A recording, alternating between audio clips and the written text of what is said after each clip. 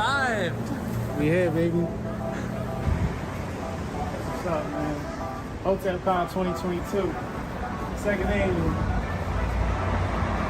It's up.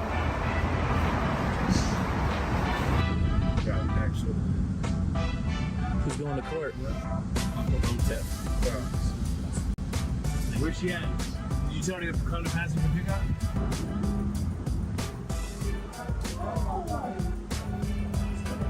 It's lit.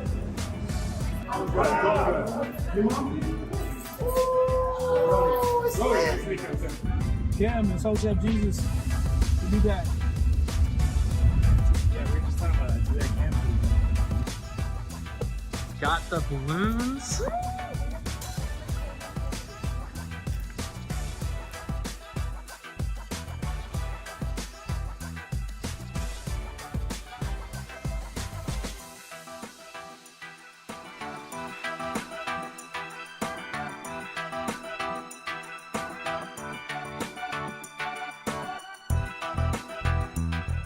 No, he really flew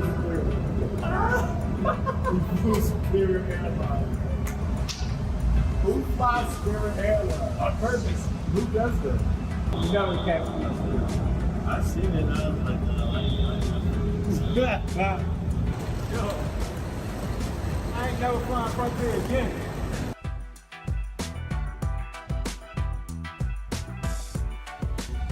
Jump seats. Every seat was a jump Did I tell you about that? Every seat was a jump seat. That hurt. Frontier's like it's just a glorified spirit. Didn't I just tell y'all they be having them jump seats, yo? That's what they call jump seats. The entire plane jump seat. Yes.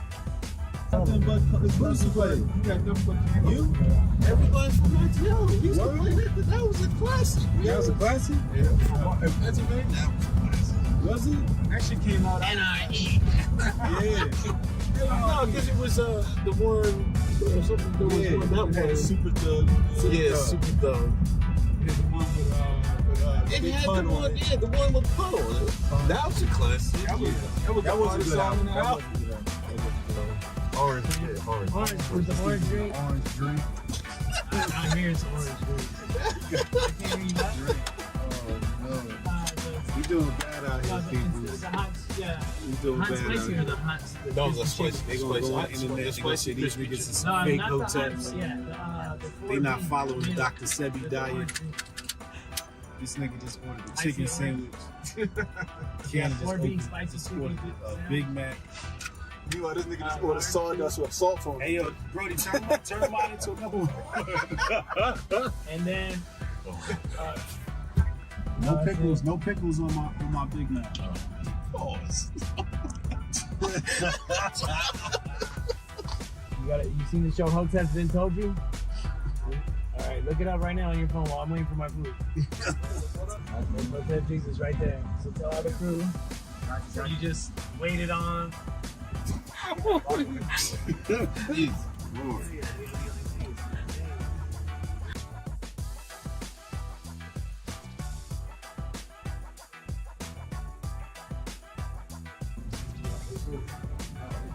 You guys can use these for Hotep Been Told You, or we could do this high tops like we did. Oh baby, it's so lit. It's so lit. We got our wonderful Lady Hoteps here. Trish. This is just such a wonderful job. Exactly. Shit looking professional.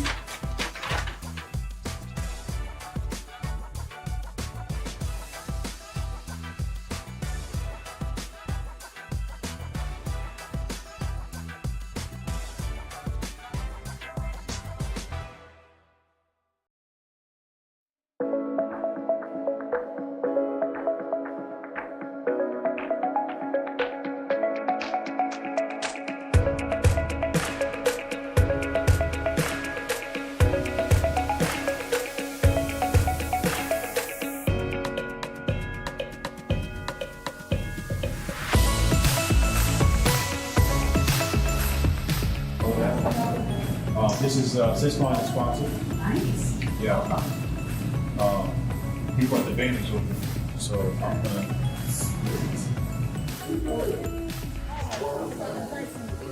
Welcome. Got two long walls here with me. I'm in heaven right now.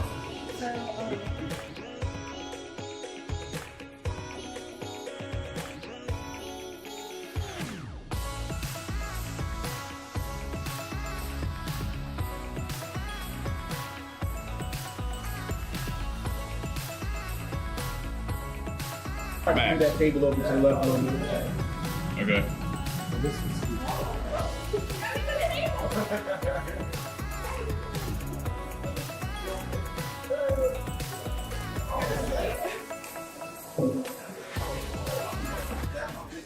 You see him finessing a little white girl out of a fresh cup of coffee and Hotep Jesus. And y'all know him, y'all love him. The Paul Purveyor himself. Uncle Hotep, get your ass out here. Thank you, King. Everybody, tell us the King Hotep.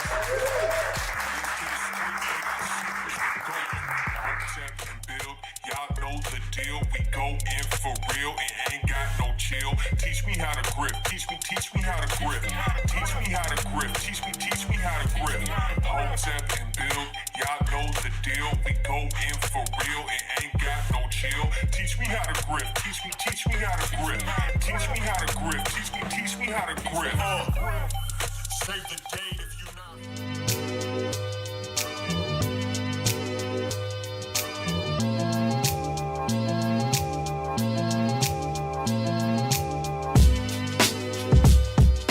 What I heard, and what is probably true, it was invented in Tijuana, Mexico, in a restaurant called Caesar.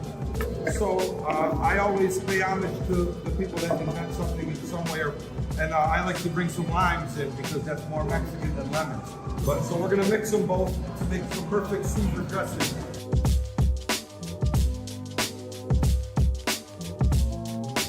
Classic ingredient: Worcestershire sauce. My own touch to the classic Caesar, a little Tabasco.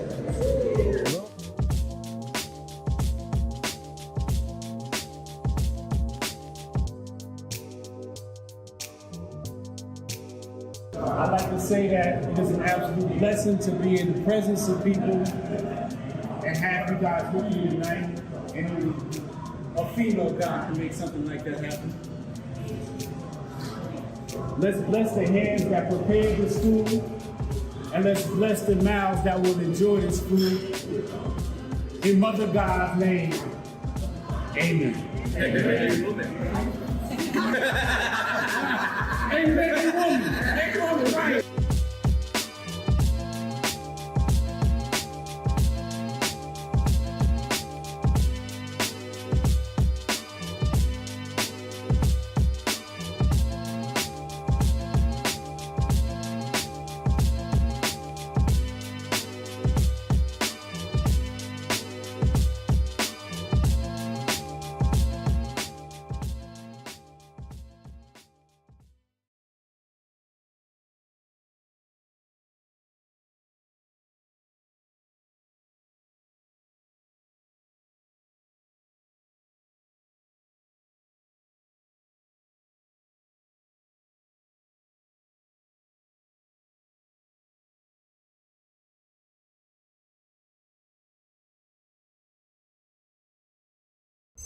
Most of you will be replaced by AI, but it doesn't have to be this way. You can become AI resistant, but you will need to outperform the machines.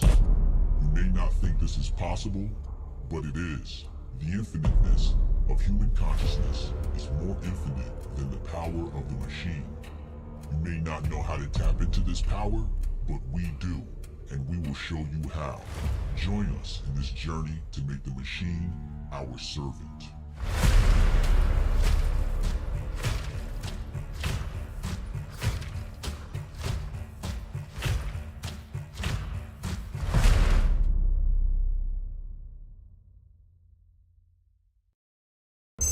Most of you will be replaced by AI, but it doesn't have to be this way. You can become AI resistant, but you will need to outperform the machines. You may not think this is possible, but it is. The infiniteness of human consciousness is more infinite than the power of the machine. You may not know how to tap into this power, but we do, and we will show you how. Join us in this journey to make the machine our servant.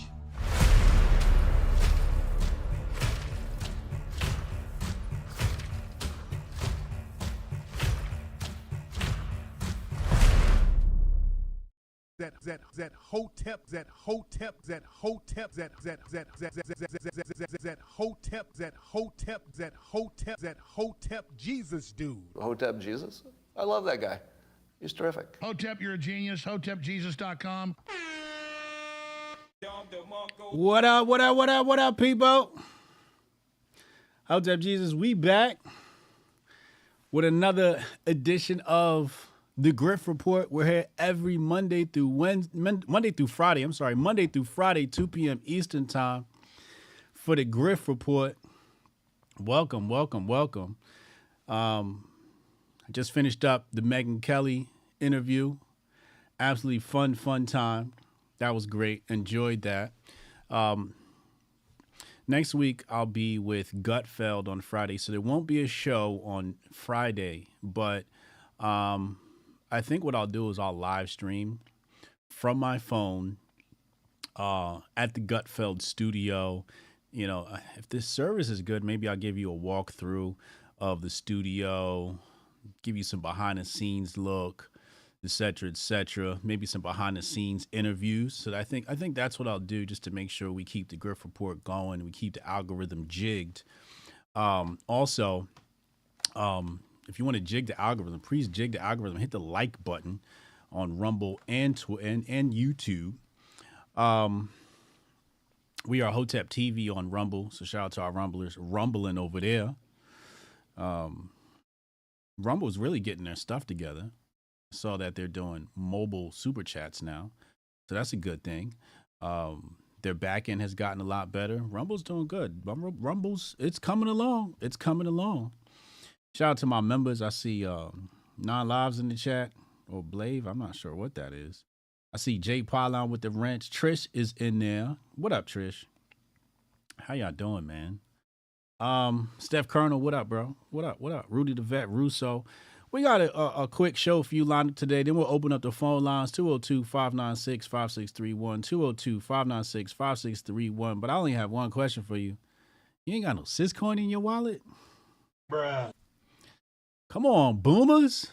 You gotta get some Syscoin in your wallet, man. Get some Syscoin in your wallet. If you're not participating in the cryptocurrency community, you're gonna be left behind. You're gonna be out here spending them Biden Fed coins. CBDC coming to a bank near you, or I guess they're gonna be obliterating banks. Anyway, shout out to the Syscoin team, the Medici family making Hotep Jesus great again. Patrick, Jag, Nathan, TradFi guy, Alex. Shout out to those squad over there. Really love those guys. Those guys are freaking awesome. Jag was absolutely amazing to me. Great host when I was in Austin. So gracious, so kind. Gave me so many great compliments, and really humble, by how that organization has been treating us. They got the Roblox thing coming out. They're taking over the gaming community. I heard today there's an announcement that Grand Theft Auto is going to be transacting in cryptocurrency, so you're going to be earning cryptocurrency. And I just like to say, I said that last week in Miami at the Bitcoin conference on the news desk. I said, in the future, games like Grand Theft Auto are going to have cryptocurrency involved, and people are going to be earning money in the game, real life. So look out for that. The future is coming, and the future is crypto, man. The future is crypto. Future is Bitcoin and crypto and Syscoin. I absolutely love it. I'm a tech geek. I've been a tech geek my whole life. My dad's a tech geek. My brother went to school for computer science. He still does computer science. He works for some large bank and handles all of their IT stuff. So, I come from a computer background, so obviously I'm going to be involved in tech, and I love finance, so I'm right there in the fintech world. And did you guys know I'm in AI? WazoAI.com, one of our partners, WazoAI.com. We got our own artificial intelligence technology. So I want y'all to check that out. It's going to be super dope. But anyway, let's get to the Grift Report. Hold on. I was on Megyn Kelly, so I didn't have a chance to set up my screens here. So let's get that all set up for you. What do we got in the Grift bag today? Remember, if you got something you want me to cover on the Grift Report, hashtag Grift Report and tag me. Where are we gonna start? Where should we start the show today? Okay, let's start. We got some controversial takes. Before we get to the controversial stuff, I want to start the show off on a positive note. I have this tweet here from my dear friend Danica Soleil. She says here, "What you consume consumes you," and that is so true, so true. I want you folks to keep this in mind. I was speaking to Megyn Kelly. We were talking about, black people and why they vote Democrat, et cetera, et cetera. And, for the most part, it's because we've been consumed by leftist propaganda, by leftist media, both on the news, Hollywood. But I think the most detrimental thing to the black community has been the educational system. DeSantis is fighting against critical race theory, but the truth of the matter is we've been dealing with critical race theory, detrimental aspects of critical race theory since I was a child. And I think the problem with black history is that, like I told Megyn Kelly, it's not black history, it's technically white history, because all we talk about is how the white man kicked the black man's ass. It's like, we can't tell any stories of just black people. It's always about, we were poor. Where are the documentaries on black bankers, and where are the documentaries on, or movies on, black greatness? I saw recently a series or a movie. Was it a series or a movie? I can't remember. It was on the hair lady, Madam. Chat, help me out. Who's the hair lady? Made the hair care products. Black lady made the hair care products, and she became super famous for it.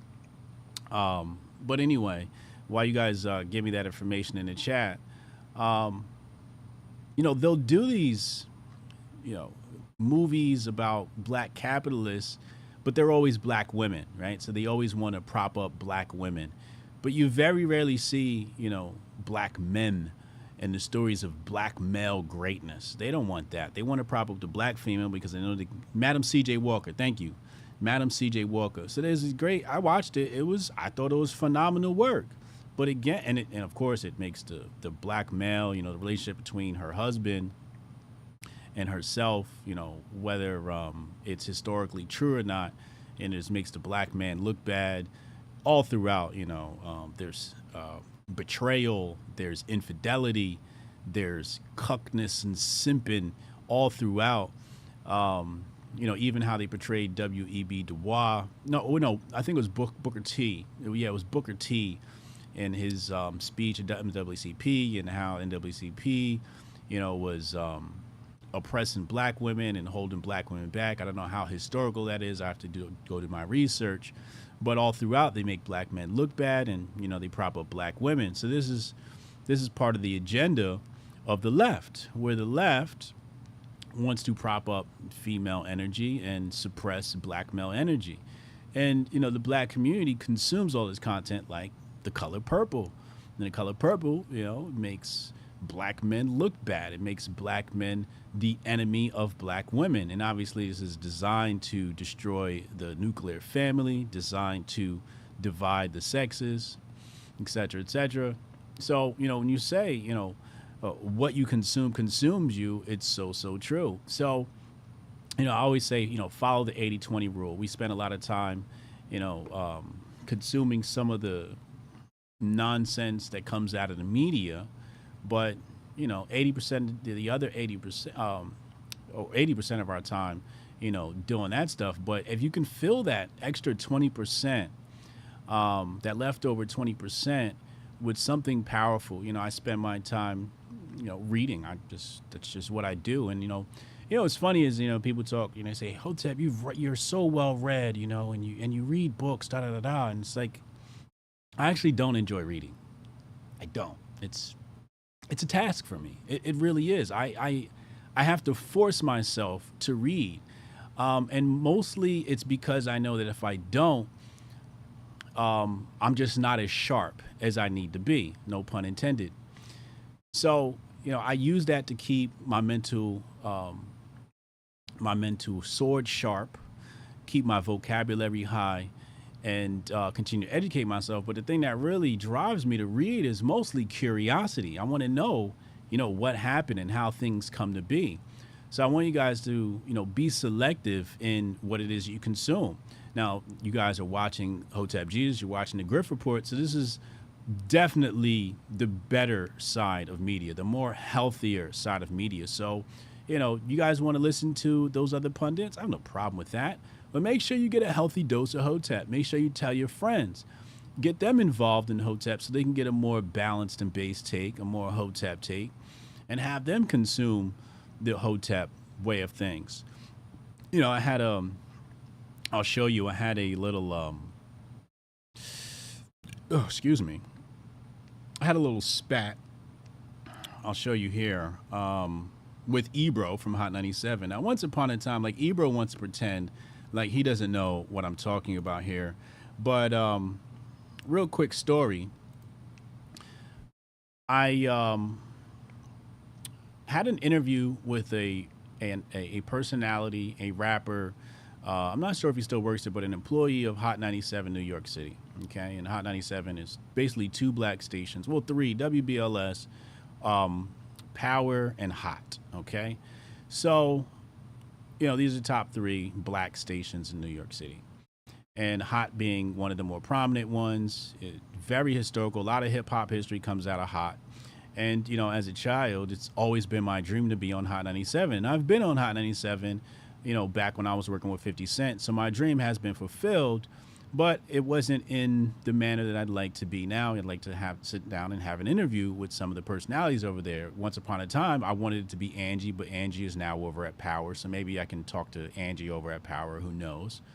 But I mentioned to Ebro at one point on Twitter, my interest in being on the show, and he told me I wasn't welcome. But going back to the story of Willie Dope was in a Hot building, and we were going to do a podcast. And I said, I'm going to tweet about this, and I know probably shouldn't. So I tweeted and said, I'm on my way to the Hot 97 building for an interview. 5 minutes or so after I sent that tweet out, Willie Dope hit me up and said, we're going to have to reschedule that talk. Now, I knew Ebro probably reached out to him, saw my tweet because we follow each other, and said, yeah, that's not about to go down, not at Hot 97. And it's funny because Willie Dope never reached back out. He never reached back out to reschedule that interview, and I know why. Is because the superiors will not allow it to happen. So, like I told Megyn Kelly, she said, do I get attacked by, the black left? And I'm like, no. The black left likes to ignore me. They try to act like I don't exist. Black media likes to act like I don't exist, mostly because I'm an anomaly. I'm a mind that you can't pin down. You can't call me right wing. You can't call me a black conservative. You can't call me a Republican. And you definitely can't call me a socialist, leftist, or a progressive. So I'm just way too balanced. And frankly, if they allow their audience to hear me speak, they might not get that audience back. And that's what they're afraid of. So I confronted old man Ebro. Now, you got to just see how I set him up, because I set him up since yesterday.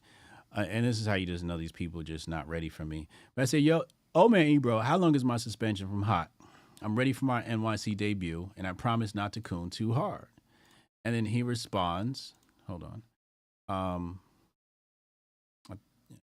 He says, you just making up shit. Plus you got the whole GOP to help you promote your grift. Now, everybody knows I'm not paid by the GOP. I never have been, never received any checks by the GOP. And not to say I would turn them down, because mama ain't raised no fool. Hotep, you're a genius. HotepJesus.com. But, this is his way to sidestep the need for conversation. So, I said here, I said, GOP hasn't cut me a check yet. I'm trying to see what that Hot 97 money's looking like. What's good?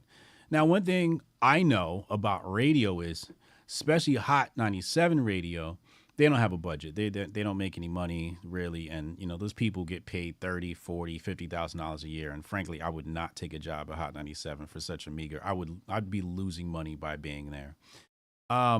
It just wouldn't be worth my time. It'd just be way too much headache, the travel, et cetera, just for the little bit of pay. So I knew exactly, what I was doing here, what I was saying here. But really what I was saying when I was pointing to the money is, you get me on Hot 97, I'll figure out a way to get paid off of that appearance, mostly because my following amongst the black community would grow. And it's growing naturally because I'm black and, I have really good takes.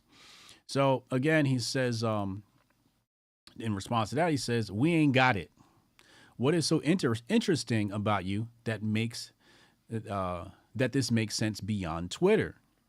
So as you can see here from the replies, people are supporting me. They're saying, nah, you got to speak to Hotep Jesus, et cetera, et cetera. But this is his way of trying to minimize me and act like I don't exist and act like I'm not important enough to have a conversation with. Meanwhile, I'm important enough to have a conversation with Tim Pool. I'm important enough to have a conversation with the greatest podcast in the land outside of Hotep's Been Told You, Joe Rogan, Megyn Kelly, Greg Gutfeld. All of these great podcasts and networks and platforms that do way more numbers than Ebro's platform, but he wants to pretend like I'm not important enough for that, or I'm not interesting enough for that. To which I responded, now you got to keep in mind, I set him up a mile ago. I set him up from yesterday. I said, watch this. He didn't know he was being set up. It's because these guys are just, this is what happens when you're a gatekeeper. Right? These gatekeepers, they can't think past zero. They can't think past, one. So I said, what makes me interesting is the fact that I'm way ahead of the curve. Remember when you were running cover for BLM and I snatched the screenshot? Now, this is Scott Pressler execution where he was going around and cleaning up BLM. So I said, MAGA, I'm sorry, cleaning up Baltimore. And I said, MAGA cleaned up Baltimore before BLM. Put that fact in your alternative history books. Now, I didn't tag Ebro in this. I didn't say anything towards Ebro. This was a direct attack on BLM and their alleged fraudulency. And then how did he respond? He said, hey, Hotep Jesus, they only doing one block? This is him running cover for BLM. Now, if you know anything about Scott Pressler's work when he was doing this, they did way more than one block. Okay, they cleaned up a whole lot. They cleaned up way more than I would have. I'll be damned if I clean up somebody else's mess. I'm sorry. I'm just way too bougie for that. I'm not getting my hands dirty like that. I feel like my work really needs to be in education. So, if, Baltimore or any city would love to have me in and speak to the children and really educate them on history and fintech, I'm all for it, but I'm not cleaning up somebody else's trash. Not so, but the fact that Scott Pressler did it, I'm absolutely floored. And I think it's a wonderful act that he did that. And I'm, quite frankly, I'm impressed. But the thing that makes me interesting is the fact that I'm ahead of the curve. When you guys, Ebro, were running cover for BLM, I was exposing them. So your tweet here aged like milk. It aged like milk, bro. The truth about BLM is now spilling over to the point where nobody can deny it. The black community has lost all hope in BLM. BLM has lost the black community because people see the organization for what it is now. And I've been telling people this since 2015 when people try to cancel me. But I've been saying this for damn near a decade. A decade. I've been telling people about BLM. And they told me I was selling out for the GOP. They were telling me I was cooning. But no, it's called being prescient, old man Ebro. And everybody knows Ebro is a gatekeeper. He's been accused of that by many people. You know, there's a story about Bobby Shmurda. Bobby Shmurda first had his record, Hot Nigga, I think it was. I forget. But that record was moving in the clubs. And they brought it to Hot, and Ebro wouldn't play it. Ebro didn't play it until it was damn near a national hit. Then Ebro played it. Right? So, you know, I think, you know, Ebro just wants to play the payola game, right? I think Ebro's looking for, you know, what's in it for him before he plays the record. He's not, you know, what was the last artist Ebro even broke?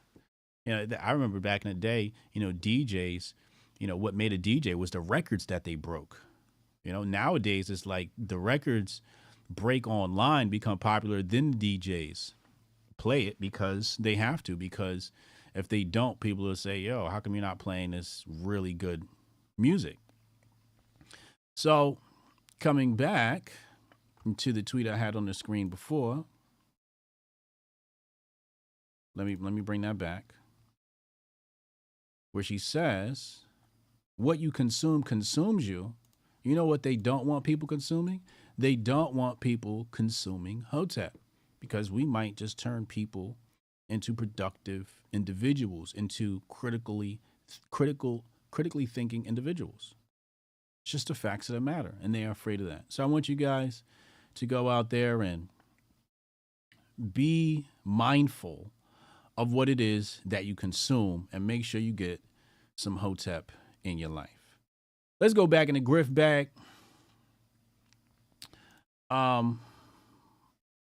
Let's go here. I have this tweet from Leia Halpern. And she says, I said if a man smokes weed, it's a red flag. And then all the men that smoke weed have migrated over to my Instagram to send me abusive messages. Thank you for proving me correct. Such weird behavior from these addicts. Now, I'll be quite frank. I enjoy a little bit of cannabis in my life. When I was in Miami last week, I enjoyed some cannabis. And if you watched my show Monday and Tuesday, it took some time for those effects to wear off. My brain just wasn't as sharp as it normally was, although people said my Tuesday show was one of the best ever, or it might have been the Wednesday show. But anyway, I know the deleterious effects of marijuana on the brain, particularly short-term memory. But as somebody who used to smoke a lot of weed, I'm talking about several times daily, I understood that weed is addictive. It's definitely addictive. And it's not addictive in the same way as other drugs like crack and fentanyl and heroin. It's not addictive in those ways. It really, what it comes down to is serotonin, your serotonin reservoir. And what happens is, you know, when you intake these substances, and you do it often, they pull on, or they create the neurotransmitter serotonin. And what happens is, after you do it too much, the brain starts to deplete. Your serotonin reservoirs start to become depleted. And in order to sort of,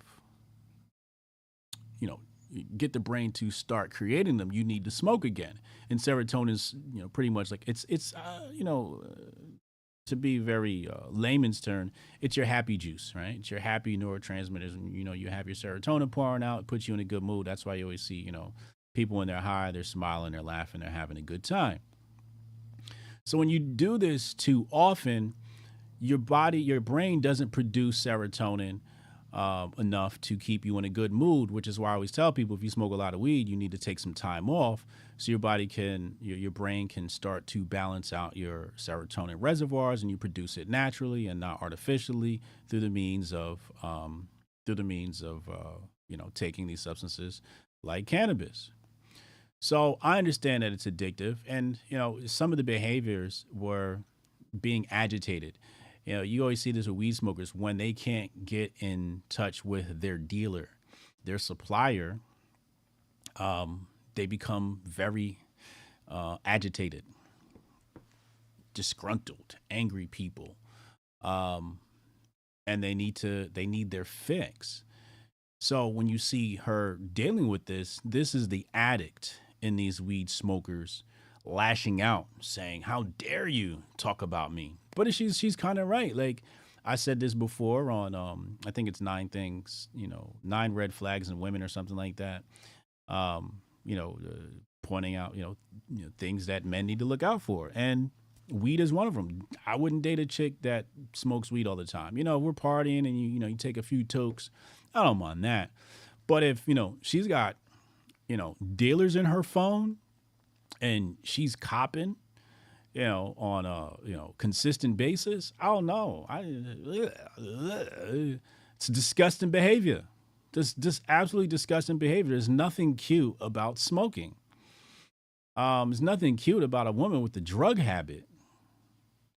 So I would imagine that the same would be for a woman when it comes to men. Why would you want a man that has a drug habit? He's like attached to this substance. And it's just like, where's the discipline in your life? It's much better to have healthy habits, like, self-education and exercise. These are things that you want. So I found this tweet to be pretty profound. The fact that, and when she had her first tweet, saying it's a red flag for men smoking weed, I knew she was going to get some backlash because weed smokers, they're their own part of Twitter. Weed Twitter, I guess we can call it, or cannabis Twitter, you can call it. They're very defensive. They're not very honest and open about their problem. And as somebody who is semi a part of that community, I'm here to tell you, weed smokers, we got problems, bro. We got problems. And, thanks to Master Focus. Hotep, you're a genius. HotepJesus.com. My brain produces many healthy neurotransmitters, and Master Focus helps my brain health, as you see there on your screen. And if you want to get yourself, 50% off, hit that link in the box below. It's 30% plus 20% for a membership. Become a member. It's much cheaper. It's going to be about $43 a month. And these are things that keep my brain balanced. So, the Lord, God, nature, Mother Nature has provided everything we needed to keep ourselves at homeostasis, and we don't need to indulge in cannabis. Now, here's the last thing I'll say about cannabis before we go back in the grift bag. I think every household should keep some cannabis in their medicine cabinet. And I say this because, you can treat so many things with cannabis use. I remember one time I came down with this stomach bug. You guys know that 24-hour bug where, your body is purging from both ends. So I was going through one of those, and I called the homie up and I said, "Yo, I need you to bring me a blunt." And he brought me a blunt. And you know what it did? It made me feel better. One of the side effects of indulging in cannabis is the alleviation of nausea. Also, depending on the strain you get, anxiety, although it could increase schizophrenia and paranoia, because some strains, you'll be paranoid. You'll be creating all types of scenarios in your head that are not even real, et cetera, et cetera. But anyway, another time is when I had COVID. When I had COVID, I couldn't eat, I couldn't taste, I just was in a bad mood. Well, one day I rolled me a spliff, and it made me feel better. At least during the time period that I was high, it made me feel better. So, marijuana, cannabis, it serves a purpose. But once it becomes a daily habit, that's when it becomes detrimental to your life. So I just want to make sure you guys are aware of that. This is a very positive Friday. Let's go back in the bag. What else we got to cover here? What else we got? Do I want to cover that? Not yet. Let's not cover that yet. Let's go here. Let's go back in the grift bag. Pull this out the grift bag. So, this guy here says, actually, I hadn't followed the thread. Okay, so women are real. My DMs at the moment are not pleasant. Holding a sign that reads "Protect Female Sports" really engaged the misogynist. Wait, what?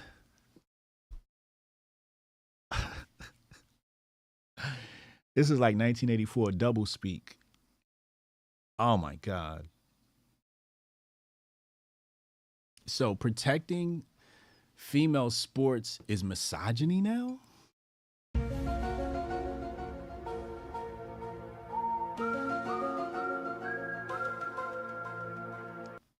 Now, I don't agree with these messages here in this DM. In fact, I just want to scroll past it because that's dangerous. We shouldn't be speaking to people like that. So Texture here, I Am Texture says it's not just conservatives. Elizabeth Spire says protect female sports is a conservative message when it's wielded against Bud Light people and has nothing to do with feminism, and zero evidence that threat came from a liberal. Now, I spoke about this on Megyn Kelly as well. She said that, some of these things are political. And, my response to that was, it's not political. It's cultural. This is cultural. And what happened was the clever beast, the clever progressive beast understood that, obviously to dominate culture, but to protect their control over culture, they needed to simplify things, dumb things down, and remove all nuance from the conversation. Because when you're dealing in culture, there's nuance, but in politics, it's basically left and right. So what they did was they took all of these cultural aspects and divided them up between left and right. So if you want a Bud Light person in sports, you're on the left. And if you don't want a Bud Light person in sports, then you must be a Trump supporter. You must be a DeSantis person. You must be on the right. And you got to be a racist, white nationalist, white supremacist, whatever label they're going to throw on you. So what they did was they simplified it. And as you can see here, she says this is a conservative message. Now, technically, she's correct because it's conservative culturally. But what she's saying here is conservative politically. And that's not true. It's not true. It's partly true. Yes, conservatives are spreading a message to protect female sports. But the fact of the matter is, this is a common sense thing. And she says here, has nothing to do with feminism, but it does. You look at J.K. Rowling and other feminists, like the feminists I heard last night on the show, they were saying the feminists that wrote The Color Purple, they're calling them TERFs because they want to protect women in sports. So she says it has nothing to do with feminism, but yet they've created the term TERF. So again, just blatant lies, or throw some bail, just straight up ignorance. It has everything to do with feminism. Feminism is about protecting women. And, feminism was always talking about, men and female spaces, the wage gap, et cetera, et cetera. But here it's like, well, it's okay if a male wants to be in female spaces as long as he identifies as a female, which is just small brain thinking. How is that okay? Or he just magically wakes up one day and, just says, hey, I want to be a woman. So now he's a woman. Is this what you're purporting? But somehow that's not misogyny. A girl who would have had third place is now in fourth place because a biological male participated. Same thing happened in swimming.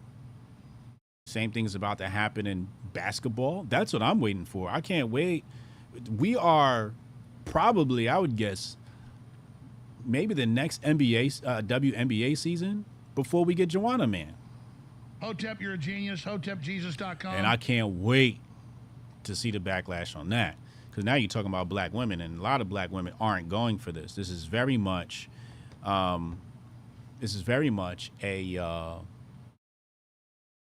machination of white progressivism. So let's go back in the thread here. And then right here, Women Are Real says, how is protect female sports a conservative message? And then she responds, she says, because liberals don't deny that trans women are women. You do. So see, they simplified this into left and right. But the account Women Are Real says this doesn't answer the question. How does the sign protect female sports have anything to do with conservatives or liberals? Maintaining female-only sports is a women's rights issue. Exactly. This stuff has nothing to do with politics. Nothing. Nothing. Matter of fact, let me go ahead and retweet on that. I ain't, you know, I'm not all for the whole feminists, but if feminists are going to be TERFs, I'm with it. If they're going to call a spade in this part of the conversation, they've got my support. They've absolutely got my support. So, Texture says 10K to charity of Elizabeth's choice if she boxes a trans woman. And she responds, I've never boxed in my life, but if I did, I'd be fine with boxing a Bud Light woman in my weight class. The women's sports nonsense is just a vehicle for Bud Light phobia and has nothing to do with fairness in sports.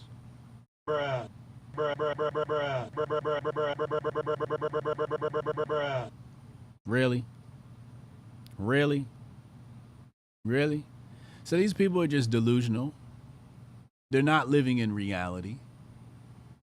And, you know, in order to maintain your stance, or in order for Elizabeth to maintain her stance in this, she's got to completely sidestep logic. They've just got to, you know, divulge into stupidity and ignorance because, well, you got to keep your charade going. And the only way to keep your charade going is to just play dumb and be, you know, just completely avoid reality. And I think it's dangerous that Elizabeth wants biological males to punch women in the face. That's just kind of wild. That's really, really wild. It's really, really dangerous. And it's going to be interesting to see how this plays out. And just like we saw in Target, where conservatives are pushing back against, you know, some of the clothing sections in Target, you're going to see a massive push from women against, you know, Bud Light people participating in sports. The funny thing is that the universities are doing a great job indoctrinating our children and basically building up a tolerance and having our children tolerate things like this, mostly because they control those spaces. They control the gnosis in those spaces, and they label everything other than to be, you know, racist and hateful. So it's the universities, you know, we have to blame for much of this because, you know, people like Elizabeth Spears is, well, you see it right here. You know, and, you know, I'm gonna just, you know, this is why I got to hit the button. Hotep, you're a genius. HotepJesus.com. I had not clicked on her profile until just now. And do you see what's there? NYJ School professor. She's a professor at NYU, New York University. I had not seen that until just now. But how did I know I was going to see that in her bio? How did I know? Because this is the only people who could intellectualize buffoonery, who could intellectualize ignorance, who could try to eloquently make sense out of stupidity. It's right there. And you see right there, what else? Media. So they're in media, and I spoke about this before. They're in media, and they're in the education system. Media and the education system. And she has both of those in her bio. She contributes to the failing New York Times. And she's a professor teaching our children at NYU. So these are people who are controlling the narrative. media, and education. This is what the colleges are teaching. This is what they're teaching our children. This is how they hold such control over the narrative, because they're the first ones to our children's mind. They're in control of media. And you can't read Fox or Red State or Hotep Nation's work because we're sellouts or we're racist or we're white nationalists. So they'll label us all these things to destroy conversation. Let's go back in the Grift back. I think it's really wild that I knew she was going to be a college professor, and I click on her profile, and lo and behold, she's a college professor. I just find that quite fascinating. And this is why I always have to hit the button. Hotep, you're a genius. HotepJesus.com. Let's go here. Let's go here. Crypto Wendy O, my sister. My wonderful Jewish sister. Jewish Italian sister. Wendy O. I love Wendy O, by the way. She saved my life. She's one of those people. I have a list of people who saved my life. She's on that list. I love Wendy O. She says here, the best grift on the internet is to talk about American politics when you're not American. Now, I know who she's talking about. I'm not going to say who, because I want to keep the drama low. You know, I want to talk about ideas and not people so much. You know, sometimes we talk about people on this show, but I like to talk about ideas and concepts. But she says the best grift on the internet is to talk about American politics when not American. And I responded. I said, uh-oh, shots fired. She said, I need a check from the BBC and McDonald's UK. ASAP, I responded. Okay. Now, some of your favorites are foreigners. They live in Thailand, Malaysia, UK. Some of them even leave the UK and come to the United States and become prominent voices in American culture. Now, the last thing I want to do is go to Africa and tell Africans how to live and criticize their culture. The last thing I want to do is go to Europe and tell Europeans how to live in their culture. The last thing I want to do is go to Asia or South America and tell these people how they should live and criticize their culture. I'm a firm believer in, this is family business, and only family should have an opinion on family business. And I keep this through and through. For example, we talk about problems in the black community, and we talk about white people and their opinions on the black community. I say we need to keep your white opinions to a minimum because you don't understand the black community. I think you can help. You can come ask questions. You can be a part of the conversation, but you need to do more listening than talking because, quite frankly, you don't understand us. And the same thing is true when you have these foreigners coming in and talking about American issues. You're a foreigner. You're not American. You don't understand American issues. You are not a part of this American family. All you see is an opportunity to grift off of our politics. You know why? Because you can't do that in your country because you don't have any rights in your country. You walk around with a spoon in your pocket in the UK, they're locking you up. You say the wrong thing, you're locking you up. You can't spread those memes in the UK. They'll lock you up. They'll fine you. But you got so much to say about America, you need to stick your UK nose in UK and figure out why you don't have any rights in the UK where you came from. But American politics is pop culture. American politics, American culture is pop culture. And the world wants to get in on it. And then you have all these grifters that come from the UK, Thailand, Malaysia, Philippines, or whatever country they come from. And they want to stick their nose and dominate the media, dominate Twitter spaces, dominate Twitter, TikTok, Instagram, and all these other platforms and stick their nose in American business. To that, I say we should tell these people, shut the fuck up. Hotep, you're a genius. HotepJesus.com. Shut your ass up. Take your ass back to the UK and worry about UK issues. It is much worse in the UK. You came to America because you can't talk your shit in the UK. But you want to come here, you want to join the conversation, and you want to increase the divide. Many of these UK people come over and they start talking about black issues and they start criticizing the black community. Fool, you ain't black. You's a UK Negro. You're a UK Negro. Take your ass back to the UK and worry about the invasion of Africans, the invasions of Arabs in your country. And you focus on that. But you bring your black ass over here, you UK. Some of these UK people are taking, you see a lot of black actors are complaining now. Oh, the UK cats are getting all the black roles. So they're replacing the black American with the black UK guys. And we're seeing a lot of that. So you get these UK guys that come over here. They try to put on their American accent. They try to become pundits in our conversations. And you guys fucking accept this shit.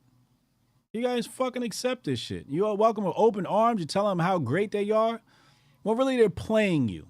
They're playing you. They're grifting off you because all they're going to do is repeat the same talking points that they know push your dopamine receptors. They're giving you a dopamine rush. And you guys go, oh, they're so great because they tell me what I want to hear. When's the last time he told you something that you didn't want to hear? They're not critical thinkers. Nothing about them says critical thinking. They're simplistic talking pointers. They just stick to the talking points. And you guys are like, oh, yeah, I love them because they tell me what I want to hear. And then they're hypercritical of the black community. You don't know black problems in America. You're not a black American. Keep your nose out of our business. So next time you got one of these UK, Malaysian, Thailand, or South American, wherever these people come from, I don't even know where these people come from. Wherever these people come from, you tell them, shut the fuck up, mind your business, and figure out why you can't walk around with a spoon in your pocket in the UK. Done with these people. Let's go back in the grift bag before I... Whew, they got me raging on a Friday. I try to keep it positive, man. You got me raging on a Friday. We're going to open up phone line soon. 202-596-5631. 202-596-5631. We're making a great time. Let's go into Kimye stuff. We're going to make this quick. Nerd wanted me to talk about this. I told Nerd I was trying to avoid this. So here, apparently Kim Kardashian says Kanye's shenanigans are going to be far more damaging to the kids one day than my tape will ever be. You know what's detrimental to your kids, Kim? You, the company you keep, and the fact that you let your daughter on TikTok. This is what's going to be damaging to your children. The fact that, the shenanigans you pulled with Ye. Dating Pete Davidson. We've seen your relationships. We've seen how you come and go with your relationships. I don't think Ye is the problem here. I think you're the problem. Ye tried to bring you to God and you rejected it because you want to have your titties and your ass out. The problem in this relationship is not Ye, it's you. Ye was trying to uplift you. Ye is a critical thinker. Ye is a genius. Ye is a cultural pioneer. Ye made Skims. At one point, you guys had a great relationship, but it seems like all your relationships fail, Kim. Why?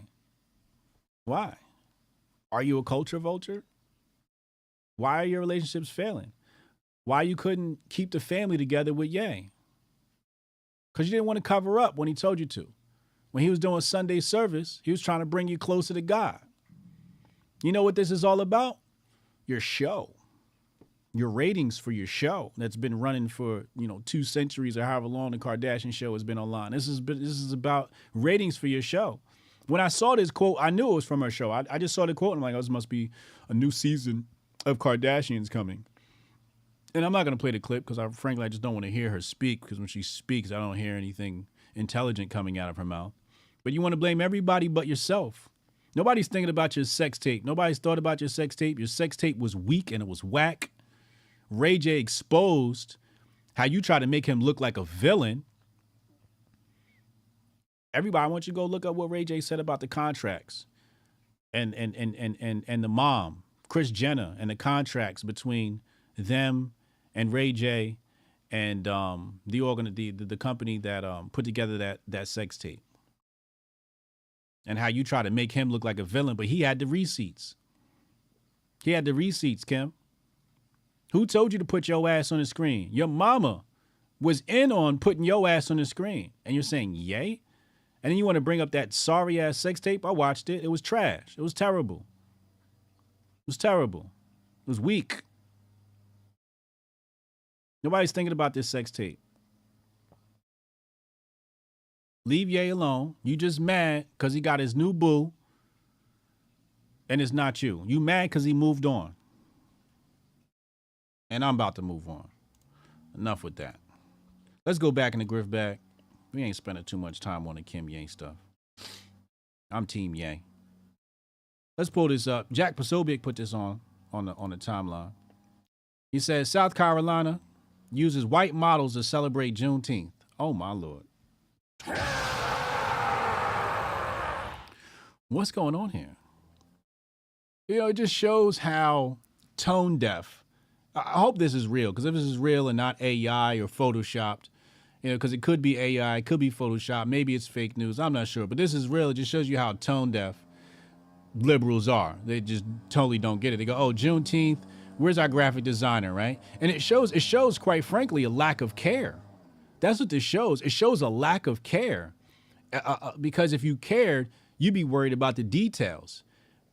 Because it passes through how many people, how many signatures before it becomes a big banner that you hang on your light poles. And, you know, my mind just did a fork really fast. And maybe it's because they're telling on themselves. Who do they want to make the face of BLM? Who do they want to make the face of black issues? The white savior. Hotep, you're a genius. HotepJesus.com. So it makes sense that they would put themselves up there because they're the ones propping up BLM. They're the ones that have co-opted the black movement. But how I imagine this went down, because I used to work in a few marketing departments back in my day. That's what I did. They said, hey, you know, we need some artwork for Juneteenth. Whip something up. And then they leave the office. You know, the graphic design, you got to remember graphic design guys, they do graphic design. These guys aren't history teachers. These guys aren't history buffs. They don't know what it is. He just goes, oh, South Carolina, Juneteenth. He probably did a quick Google, threw this together, grabbed some stock images. Then it not only does it, you know, pass through, you know, I guess a few channels of eyes, it makes its way to print. So it had to get past some signatures and approvals. The proof comes out before you even print. So it goes past the proof. The printer doesn't even catch it. And here it is. It manifests as white people on the cover of Juneteenth. Now, I made a joke and I said, it's just a misspelling. They meant to put Janteenth.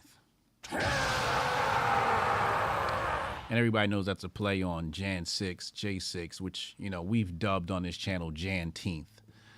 Let's go back in the grift bag. We're going to open up phone lines, 202-596-5631, 202-596-5631. It's a grifty Friday. It's a grifty Friday. Ron DeSantis. Let's play this Ron DeSantis clip. Let's see what he's got to say here. We got a little bit of Ron. A little bit of Ron in here. But it is important to follow the guidelines, and if people see a pub or a restaurant, you know, if they're operating at 55%, okay, give them a warning, tell them, hey, 50. But if you go in and it's just like mayhem, like Dance Party USA, and it's packed to the rafters, that's just cut and dry, and that's not just an innocent mistake. And so I told him, no tolerance for that. Just suspend the license, and then we'll move on. And then people will, I hopefully, get the message that these guidelines are in place for a reason. So, how does this clip come to be? That's the first thing I want to talk about. How does this clip come to be? Obviously, it's grifting season, aka election season. And the shit slinging begins.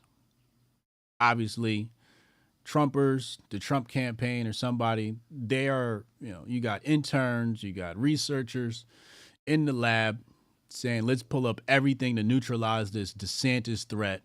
So they pull this up. and quite frankly does not make DeSantis look good. And I think this is genius on the Trumpers' part because it neutralizes, their attack on Trump when it comes to how he handled the pandemic. Because that's a talking point that they want to attack him on, the fact that he pushed for Operation Warp Speed, he locked down the country, et cetera, et cetera. But the truth of the matter is everybody was in on this. Everybody was in on this. And as you can see here, DeSantis was no better. And because of the 10th Amendment, and Trump even said this, he said, when we talk about Trump and the lockdown, he didn't say lock down this, your local vicinity. He was saying, you got flights coming in from China, and many people have said that, this came from China. This Ninja Turtle came from China. So Trump was trying to protect us from any more infections. So to me, I was like, that might not have been a bad move. It hurt us economically, but it might not have been a bad move. But when they asked Trump about, states locking down, he said that's out of my control due to the 10th Amendment. And this is just facts. And we talk about that in my book, The Patriot Report, Unmasking the Conspiracy of Money and War, available now on Amazon and HotepJesus.com. Hotep, you're a genius. HotepJesus.com. But here you have DeSantis attacking small business. Oh, you don't want to socially distance? We'll take away your license. Really, Ron? Really, Ron? That's what you're doing, bro? You see here, it says Amy Moreno says 2020 video services of Ron DeSantis stating he'll suspend small business license if they violate social distancing. And this clown is attacking how Trump handled COVID. So this is the neutralization of the talking point with Trump. And I think there's going to be plenty of this. We know Ron did not initially handle the pandemic well. And I'll throw him some bail because, you're a governor of the state. You got to protect your citizens from, viruses, et cetera, et cetera. So I would say, in the initial stages, nobody knew, what to do. Who did know? The Hoteps knew. Hotep, you're a genius. HotepJesus.com. We know how to handle this, but, these people don't exactly study the body. They don't exactly study science and health. The United States government has been a complete failure when it comes to health and protecting health. The FDA has been a complete failure in protecting our health. We still have high fructose corn syrup on our shelves and nobody cares. We still pass off fake meat as meat in this country. We still allow McDonald's to sell us, some of the worst pieces of what they call food. Although I do love some McDonald's sometimes. I'm sorry. God damn it. But being the hypocrite I am, I'm still going to admit my faults. But they allow this stuff to exist. It's absolutely terrible. So Ron has been no better on the pandemic than Trump. And we're going to see a lot of slinging going back and forth. And frankly, I'm here for it. Matter of fact, I want to pull up this tweet. Now that I'm thinking about it, I want to pull up this tweet from Anomaly. Here it is. He says, the dumbest narrative being regurgitated by the right hive mind is Trump shouldn't have been challenged and it divides the party. Do people actually believe this nonsense? Or are they just spouting safe talking points that they think other people want to hear? And to me, I had a rant last night. You guys can listen to the rant last night on the show with Uncle Hotep. Hotep's been told you. Spoke about this last night, and I went off. One of those rare moments where I spazzed. But he's right. Like, this whole idea that nobody should challenge Trump is just quite stupid. Like, you want to challenge Trump? You should. We should have more candidates out there. Let's make this thing fun. Let's make it spicy. But the whole idea that somebody shouldn't run, that's really some small brain bitch ass shit. Oh my God, why is Ron running? He's betraying Trump. Oh, would you be quiet? You don't even know how politics works. We should have plenty of candidates. What we need to be asking ourselves is, how come the Democrats don't have a litany of people running? We should be asking ourselves, how come the Democrats don't want to hold debates? That's what we need to be asking ourselves. How come the right has many candidates and viable candidates that can be a leader, but the left doesn't? Why do they want to control who's going to be the leadership? And why is there no democracy amongst the Democrats? Hotep, you're a genius. HotepJesus.com. Why is there no democracy amongst the Democrats? Imagine that. The party of democracy has no democracy. Saul Alinsky stuff.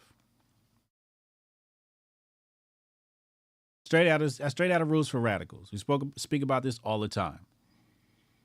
But on the right, we have a myriad of choices. You should want a myriad of choices. That's what you want. You want choices. That's good. This brings a higher quality of candidates because now people have to think more. They have to strategize more. It's going to make Trump better. Competition makes Trump better. Trump is a capitalist. Capitalists are used to competition.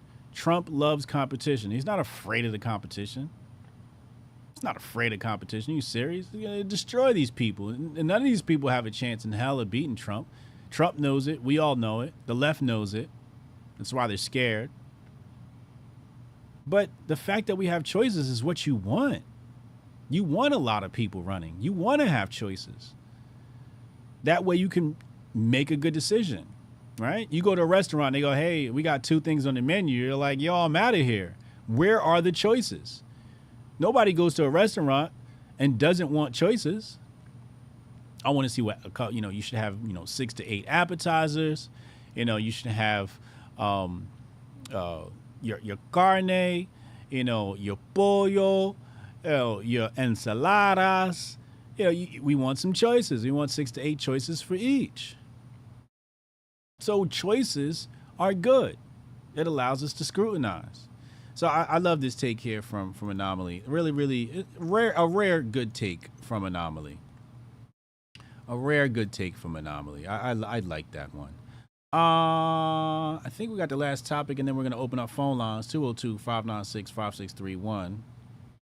Let's go here. Let's be controversial. I know y'all hate this topic, but we're going to pull it up. George Floyd. So this guy here says, congratulations to George Floyd celebrating 3 years without fentanyl.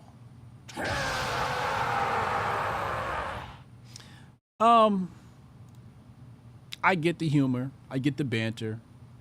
It's tasteless. It's absolutely tasteless. But I get it. I get it. So this person tags me, Coco Loco.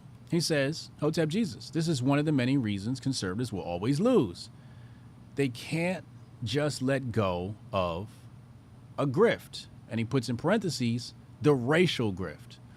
And it's true, man. You understand, Megyn Kelly asked me, about the black vote today and why, the blacks don't come over to the right. And I'm like, well, the right just frankly sucks in their messaging. They just can't let the grift go. The grift is just too appealing. It's too alluring. It's too attractive. This low-hanging fruit, this low-brow content. It's just too good for them. It's just too easy. I was going to respond to something in the comments, but let's just stay on topic here. So, yeah, they're going to, I know there was, it's a 3-year anniversary of the death of George Floyd. And I'll say this.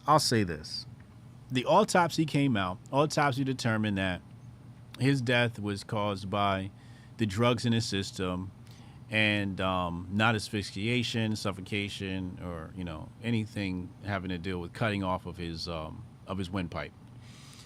And although that may be true, I'm going to call a spade a spade. Does his body react the same if he doesn't have a knee on his neck? I would say maybe not. Maybe not. But if you combine the intoxication with a knee on your neck, maybe that takes the effects of the intoxication to a higher level because you're going to need some oxygen to sort of balance your body out. So although the autopsy is going to say fentanyl was the cause, certainly Derek Chauvin's knee was not helpful to the case at all.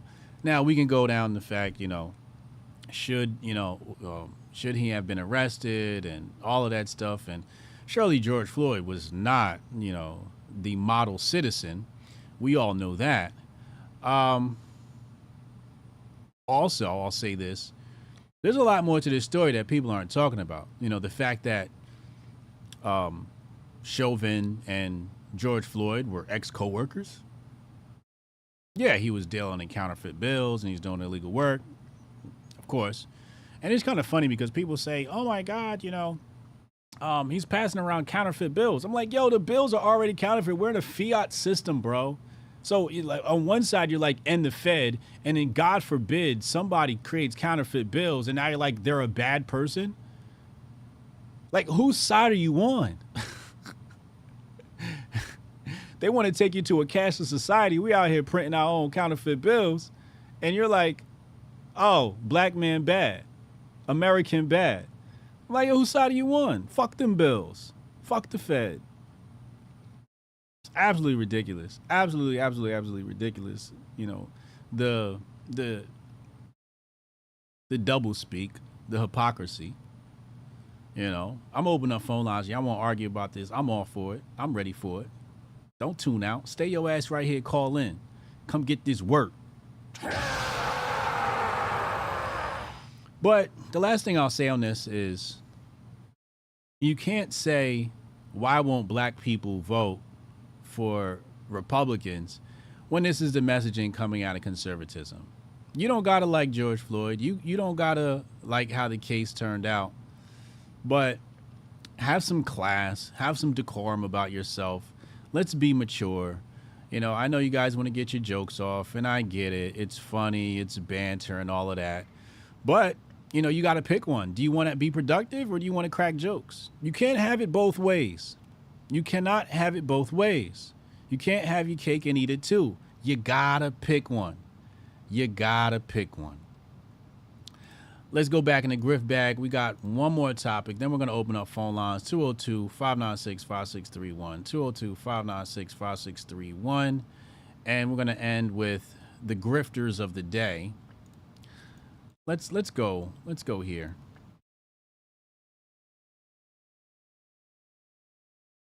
Yeah. Attention all shoppers. Yeah. There's a cleanup on every aisle. Yeah. Target is targeting your kids. Yeah. They put a target on my back, but they targeting your kids. They don't even need to ask, cause you all know what it is. Yeah, that's why I keep it strapped, and I'm always by my biz. This agenda gotta stop. Yeah, you know we gonna win when they target. Yeah, they targeting. Target. Yeah, they target kids. Target. Yeah, they targeting. Target. Yeah, they target you know kids. Targets that wrong, trying to play with the kids. It's the mayor of MAGAville, I'm preaching again. You know the LGBTQ done went too far. You know they cutting these kids, they leaving trannies with scars. Why they pushing the gender? All right. I want to keep my channel now. So, Target MAGA music grift is back.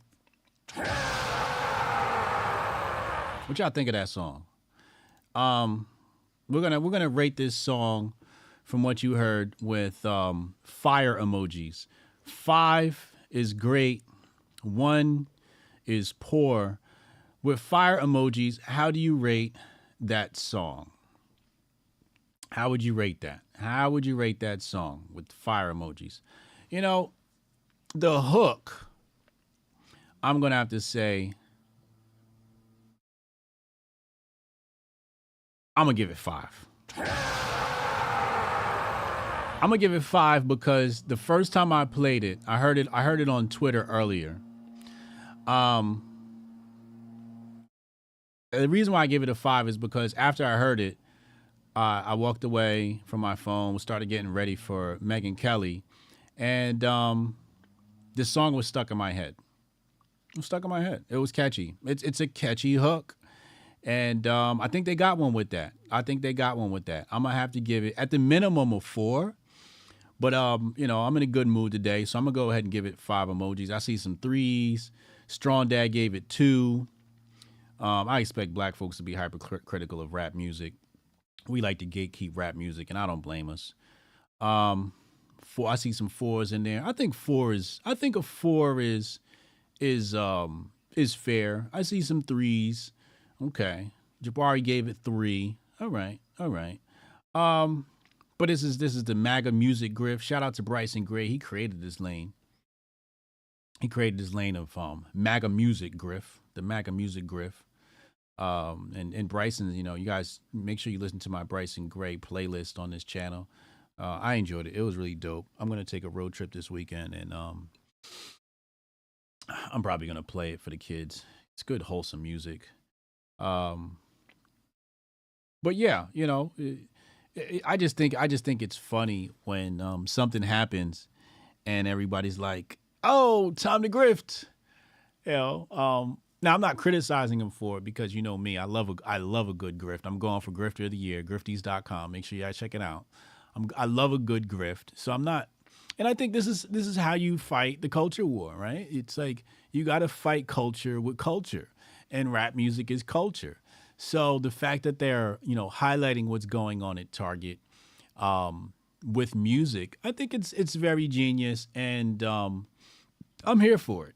M. Vassallo says, grifty music is lame as F. I disagree, man. I disagree.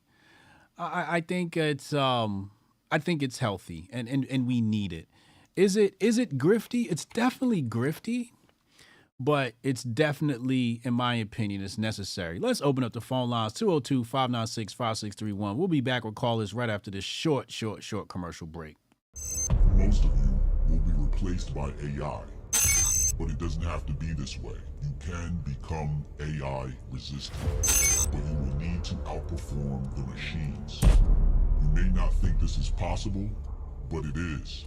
The infiniteness of human consciousness is more infinite than the power of the machine. You may not know how to tap into this power, but we do, and we will show you how. Join us in this journey to make the machine our servant.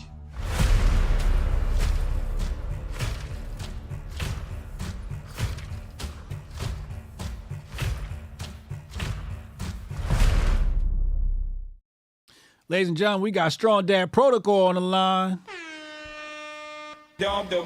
Strong Dad, happy Friday, man. Talk to me. What's going on?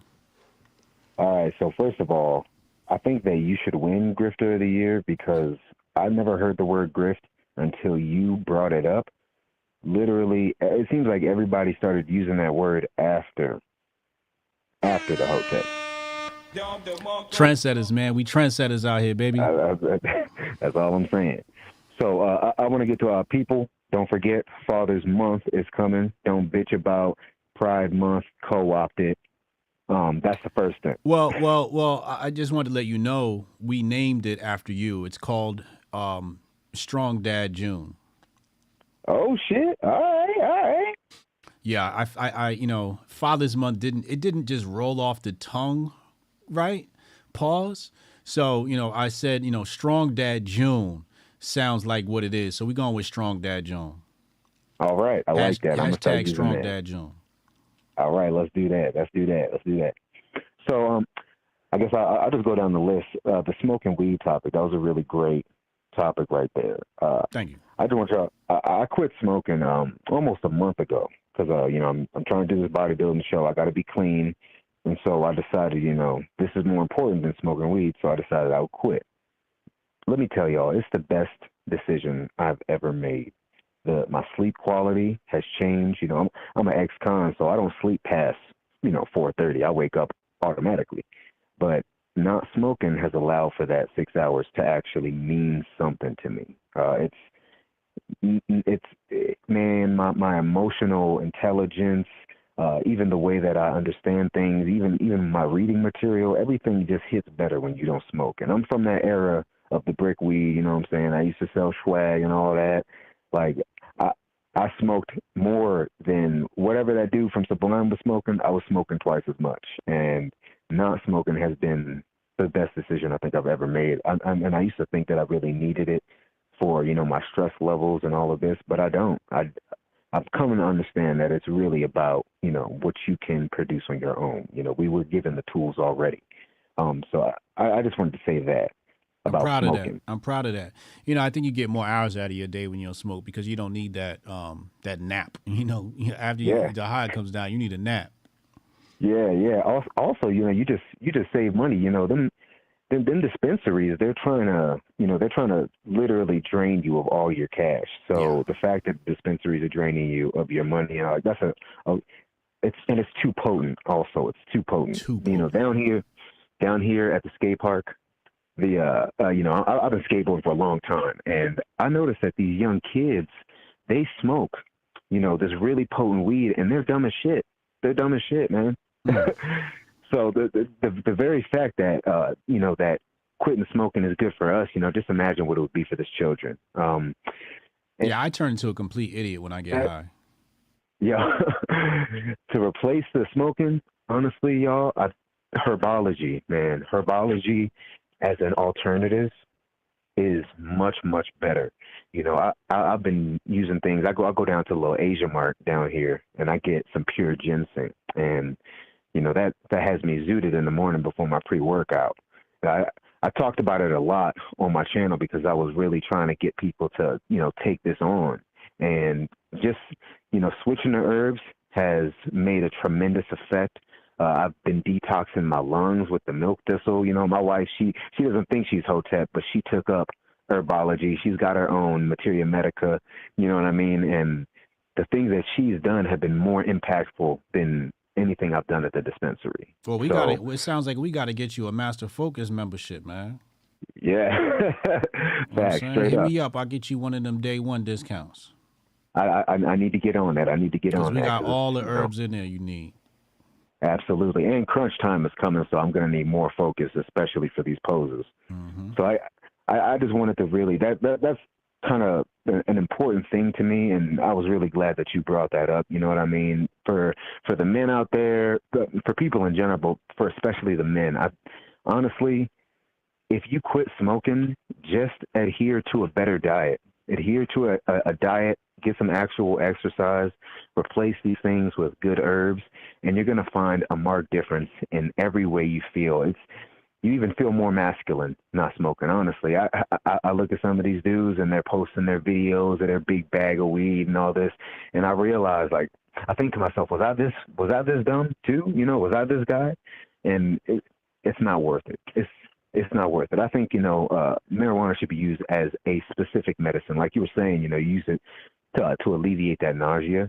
That's a good thing to do. You know what I mean? Yes. But if you don't need it, don't do it. You know, some people, they see it as a sacrament. First of all, you're not a Rastafarian, right? So, you know, they see it as a sacrament, but what kind of sacrament do you ingest 24/7? What kind of sacred thing do you take part of 24/7? There is no sacred thing you do that with.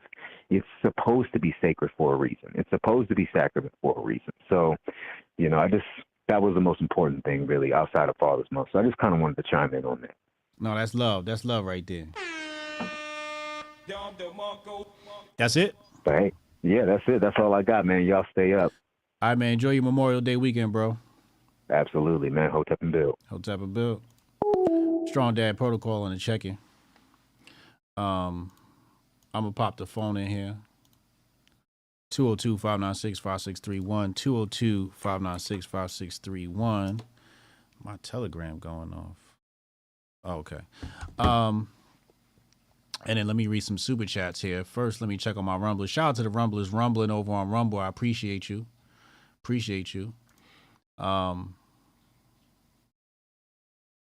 YouTube super chats. Jabari said HJ got the I transcend race blazer and shirt combo on. Love to see it. You know. Hotep, you're a genius. HotepJesus.com. Call from Rudy the Vet Russo. Rudy the Vet Russo on the line. Rudy, what's up, man? What's going on, HJ, man? What's up, man? What's going on, brother? Happy Friday, bro. Quick run. Hey, listen, man. If you abuse the weed, you tighten up. Me personally, when I could smoke, I was a Friday and Saturday night guy. Maybe if I had a rough day at the end of the night. But I've been growing the finest marijuana since the 90s, so the potency doesn't bother me. But it's all about how you live your life. But I respect what Strong Dad Protocol said. But that's different from what we're getting at these dispensaries. Abusers.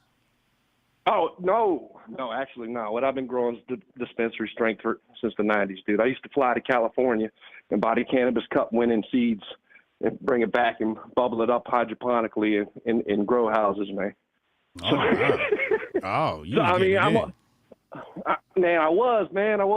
That's another story next year. I'll tell you at HotepCon, man. I'll give you the science. Because I still, to this day, man, my old lady, she can't stand drinking, man. So, but she likes to relax a little bit on the weekend. So I still bubble up my own.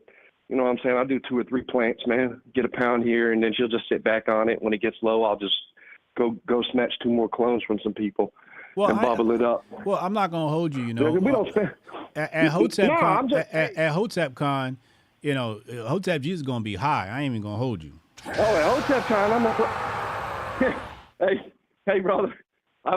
When I come to HotepCon, I'm gonna bless you. Oh, there we go. As soon as I land,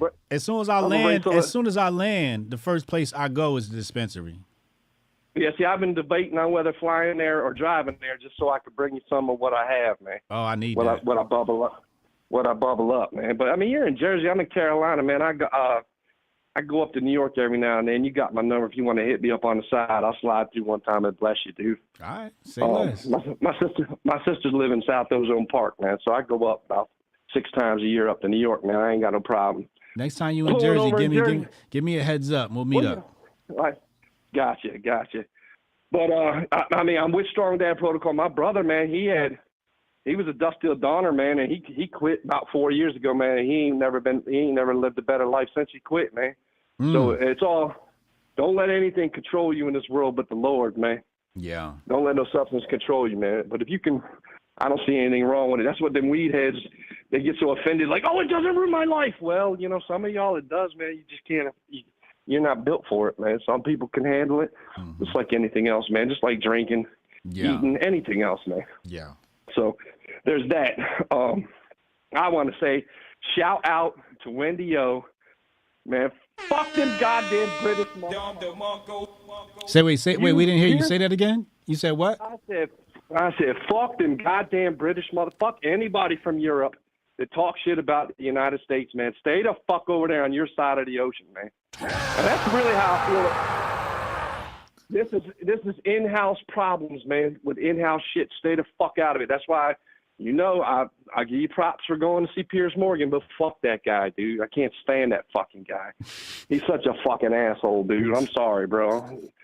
And like I give you props today for going to Megyn Kelly, but I'm gonna break it down to you. Okay. So say you go on Megyn Kelly, she gets millions of views. Say, let's just break it down on the mathematics of 100. 100 of people come over and join the channel. Only 20 of them are going to be open-minded enough red whites to stay, dude.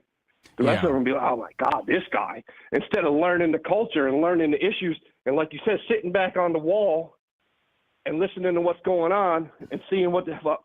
Oh my God, he used the N-word. I got to get out of here. I mean, just, you know.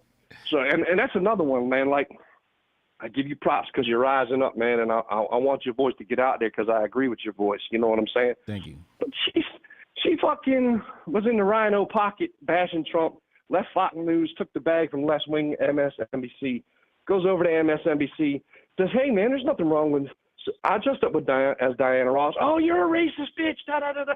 There's a big difference between dressing up as Diana Ross and the old school blackface, man. And she fucking caved. I am so sorry. I did not mean to offend anybody. And she gets canned. She gets a little payoff. And then a year later, she starts up her own thing on Sirius, and now she's the voice of conservatism again. Bitch, shut the fuck up, man. And I agree with Megyn Kelly on probably 80% of the shit that comes out of her mouth. But you don't get, man, that's what I'm talking about. The wrong ones with the microphone, man. The wrong ones with the microphone. Again, man. Again. But I give you props, brother. I give you props, man. I'm glad you were up there, man. I'd hate to give the bitch a view, man, but I'm gonna have to go in there and see how you schooled her, dude. and like I said last night, that rant you went on, like I come in here with you every day and Goldstein, and we shoot the shit on politics, right? Yeah. We shoot the shit because politics is what you said, WWE. It's the entertainment right now. You know what I'm saying? Until the Raiders fire up again, my attention is going to be on the political bullshit. When the Raiders season, when the NFL kicks off, I'm a diehard Raiders fan. Shout out to Wasted Talent. Raider Nation forever. Mm-hmm. And then my attention will go over there, man. But while football season's on, because I done gave up on the NBA and the MLB when the Black Lives Matter shit kicked off, man. And I got a full sleeve of Oakland Raiders tattoos. Like I almost walked away from the NFL, but I couldn't, man. You know what I'm saying? Yeah. So until that's where my attention is. But what you said last night, if anybody sat there and watched that the clips from that Kerry Lake trial, when that one chick was doing the real signature verification, and the dude was out clicking her 52-4, and you think that you're voting your way out of this shit, when you think there's anything clean about this shit, and you think that any of it matters, you're fucking nuts. And that was a beautiful rant. That was a powerful rant. And don't take people like us commenting on politics as in us believing in the shit, because we don't believe in the shit. It's just the circus. It's the WWE. And I'm rooting for Macho Man Savage and commenting on him. And some other people are talking about Hulk Hogan, because that's all it really fucking is, man. And I was so fucking fired up when you hit on that rant last night. I was bouncing off the walls. My old lady was like, "What's up?" I was like, "He finally went off, man. He finally went off. He finally got on a rant." Oh, man, that was a great rant, man. They're rare, but every once in a while I get worked up. Oh, dude, it was that 2015 Black Lives Matter rant. It reincarnated into some tell you really what's up with politics, man. Your vote means shit. Yeah. And you know why none of the mainstream media shows you them videos of what the fuck was going on? Because some judge says, "Well, you proved that he was incompetent, but there's no intent." Yeah, but the fucking Secretary of State of the state where she's running for governor is in control of the elections, and her people hire these people, but there's no intent. Man, because the judge has no balls, man. There's no balls left. It's all sellouts, man. Because you can't sit back and watch what they showed, man. And I'm not talking about the jibber jabber and the legal fucking eagle shit in the courtroom. That video alone where that dude just click, click, click, click, click, click, click, click. And the other lady sitting right next to her scrolling down and looking at signatures. And he outgets her like, what, 44 or 54-4. Come on, man. Come on, man. If that doesn't show you that everything you said last night and everything Goldstein says and everything the vet comes in here and spouts off about, it's all a fucking show, man. It's all a show. And anyway, you got me riled up on a Friday, but I'm in the gym. Strong Dad Protocol, man. Good I got luck a question for me. you. Sir. And I meant to ask Strong Dad this. How do you feel about the way the right are talking about the George Floyd situation? Listen, my thing is this, man. All right. The red whites that have the microphones have never been beat the shit and have the shit kicked out of them by the cops, man. And like I watched some of these videos, and it's like these people running their mouth. Like when my house got kicked in 2004, like they hit my shit with a thing. I'm sitting in my living room, sitting there with my girl in my arm. We're watching a movie. I jump up off the couch. My front door just got hit with a sledgehammer. I jump up off the couch. The first cop through turns his gun butts the shit out of me right smack in the middle of my forehead. I fall to the ground.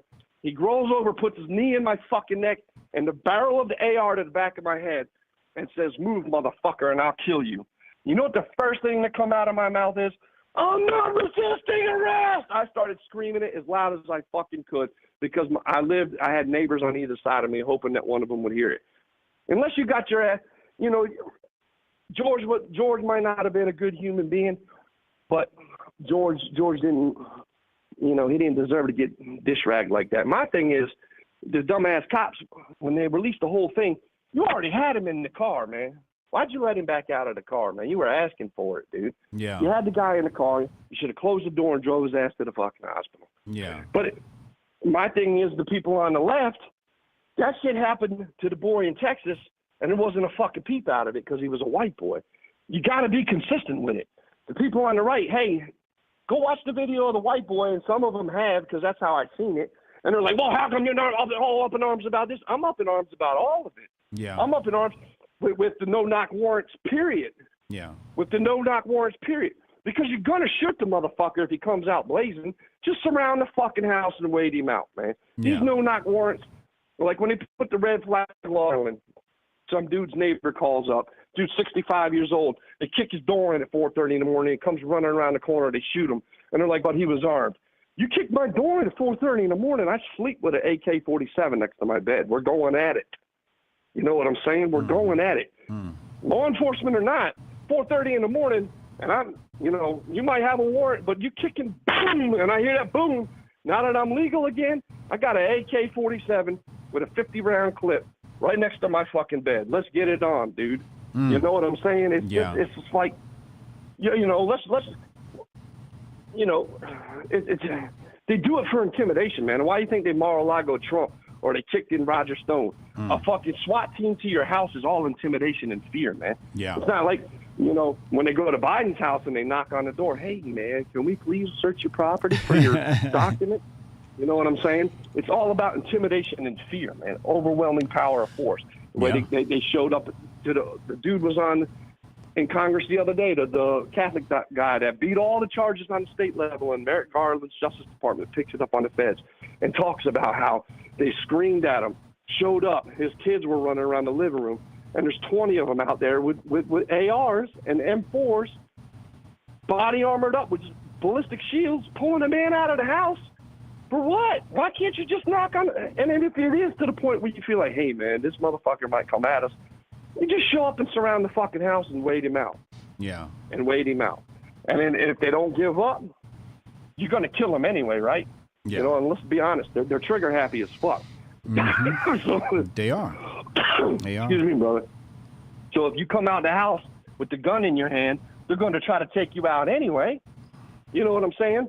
Or some people might wait it out and then be like, oh, shit, I mean, you know, think about it, come out, have the negotiator come out. All right, look, I'm going to turn myself in. Or some people might just blow themselves off away. But, hey, that's life. And I hate to be cold like that, but that's life, man. Yeah. You know what I'm saying? But I'd rather blow it just, you know, it just is kicking people's fuck. That's some Nazi Germany Stasi-ass shit, man. Kicking people's doors in the middle of the fucking night, man. In the middle of the fucking night, kicking people's doors in, man. Yeah. That shit is bullshit, man. Bullshit, man. And I had it happen to me. So anybody on the right, you know, the Ben Shapiro's, you know, the Stephen Crowder's, well, law enforcement was all within there, man. Shut the fuck up. You ain't had it happen to you, man. You ain't had it happen to you, man. You ain't been on the wrong side of the drug war. And it ain't, you know, I've only raised my gun 1 or 2 times in my life in anger. And that was to protect my product or my family. Otherwise, man, I was buy for $1, sell for $2, man. I was one of the best businessmen in the city of Norfolk, dude. Buy for $1, sell for $2, man. No shenanigans. Good product. Here's my number. You give me the money, I'll give you the shit. Let's walk away. That's how I lived my life, man. Yeah. Only 1 or 2 times I ever had to raise my firearm when I was young, man. You know what I'm saying? Otherwise, we could throw hands behind some shit.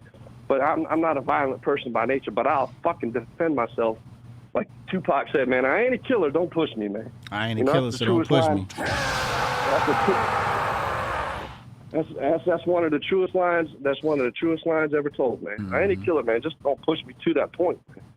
But you know, it's you know, and then like what Sonny just said the other day, you fucking morons on the right are talking about, well, what aboutisms? What about the Black Lives Matter riots? What about the Black Lives Matter riots? They were all government too, man. The government is controlled the media apparatus, the educational apparatus, the banking facilities.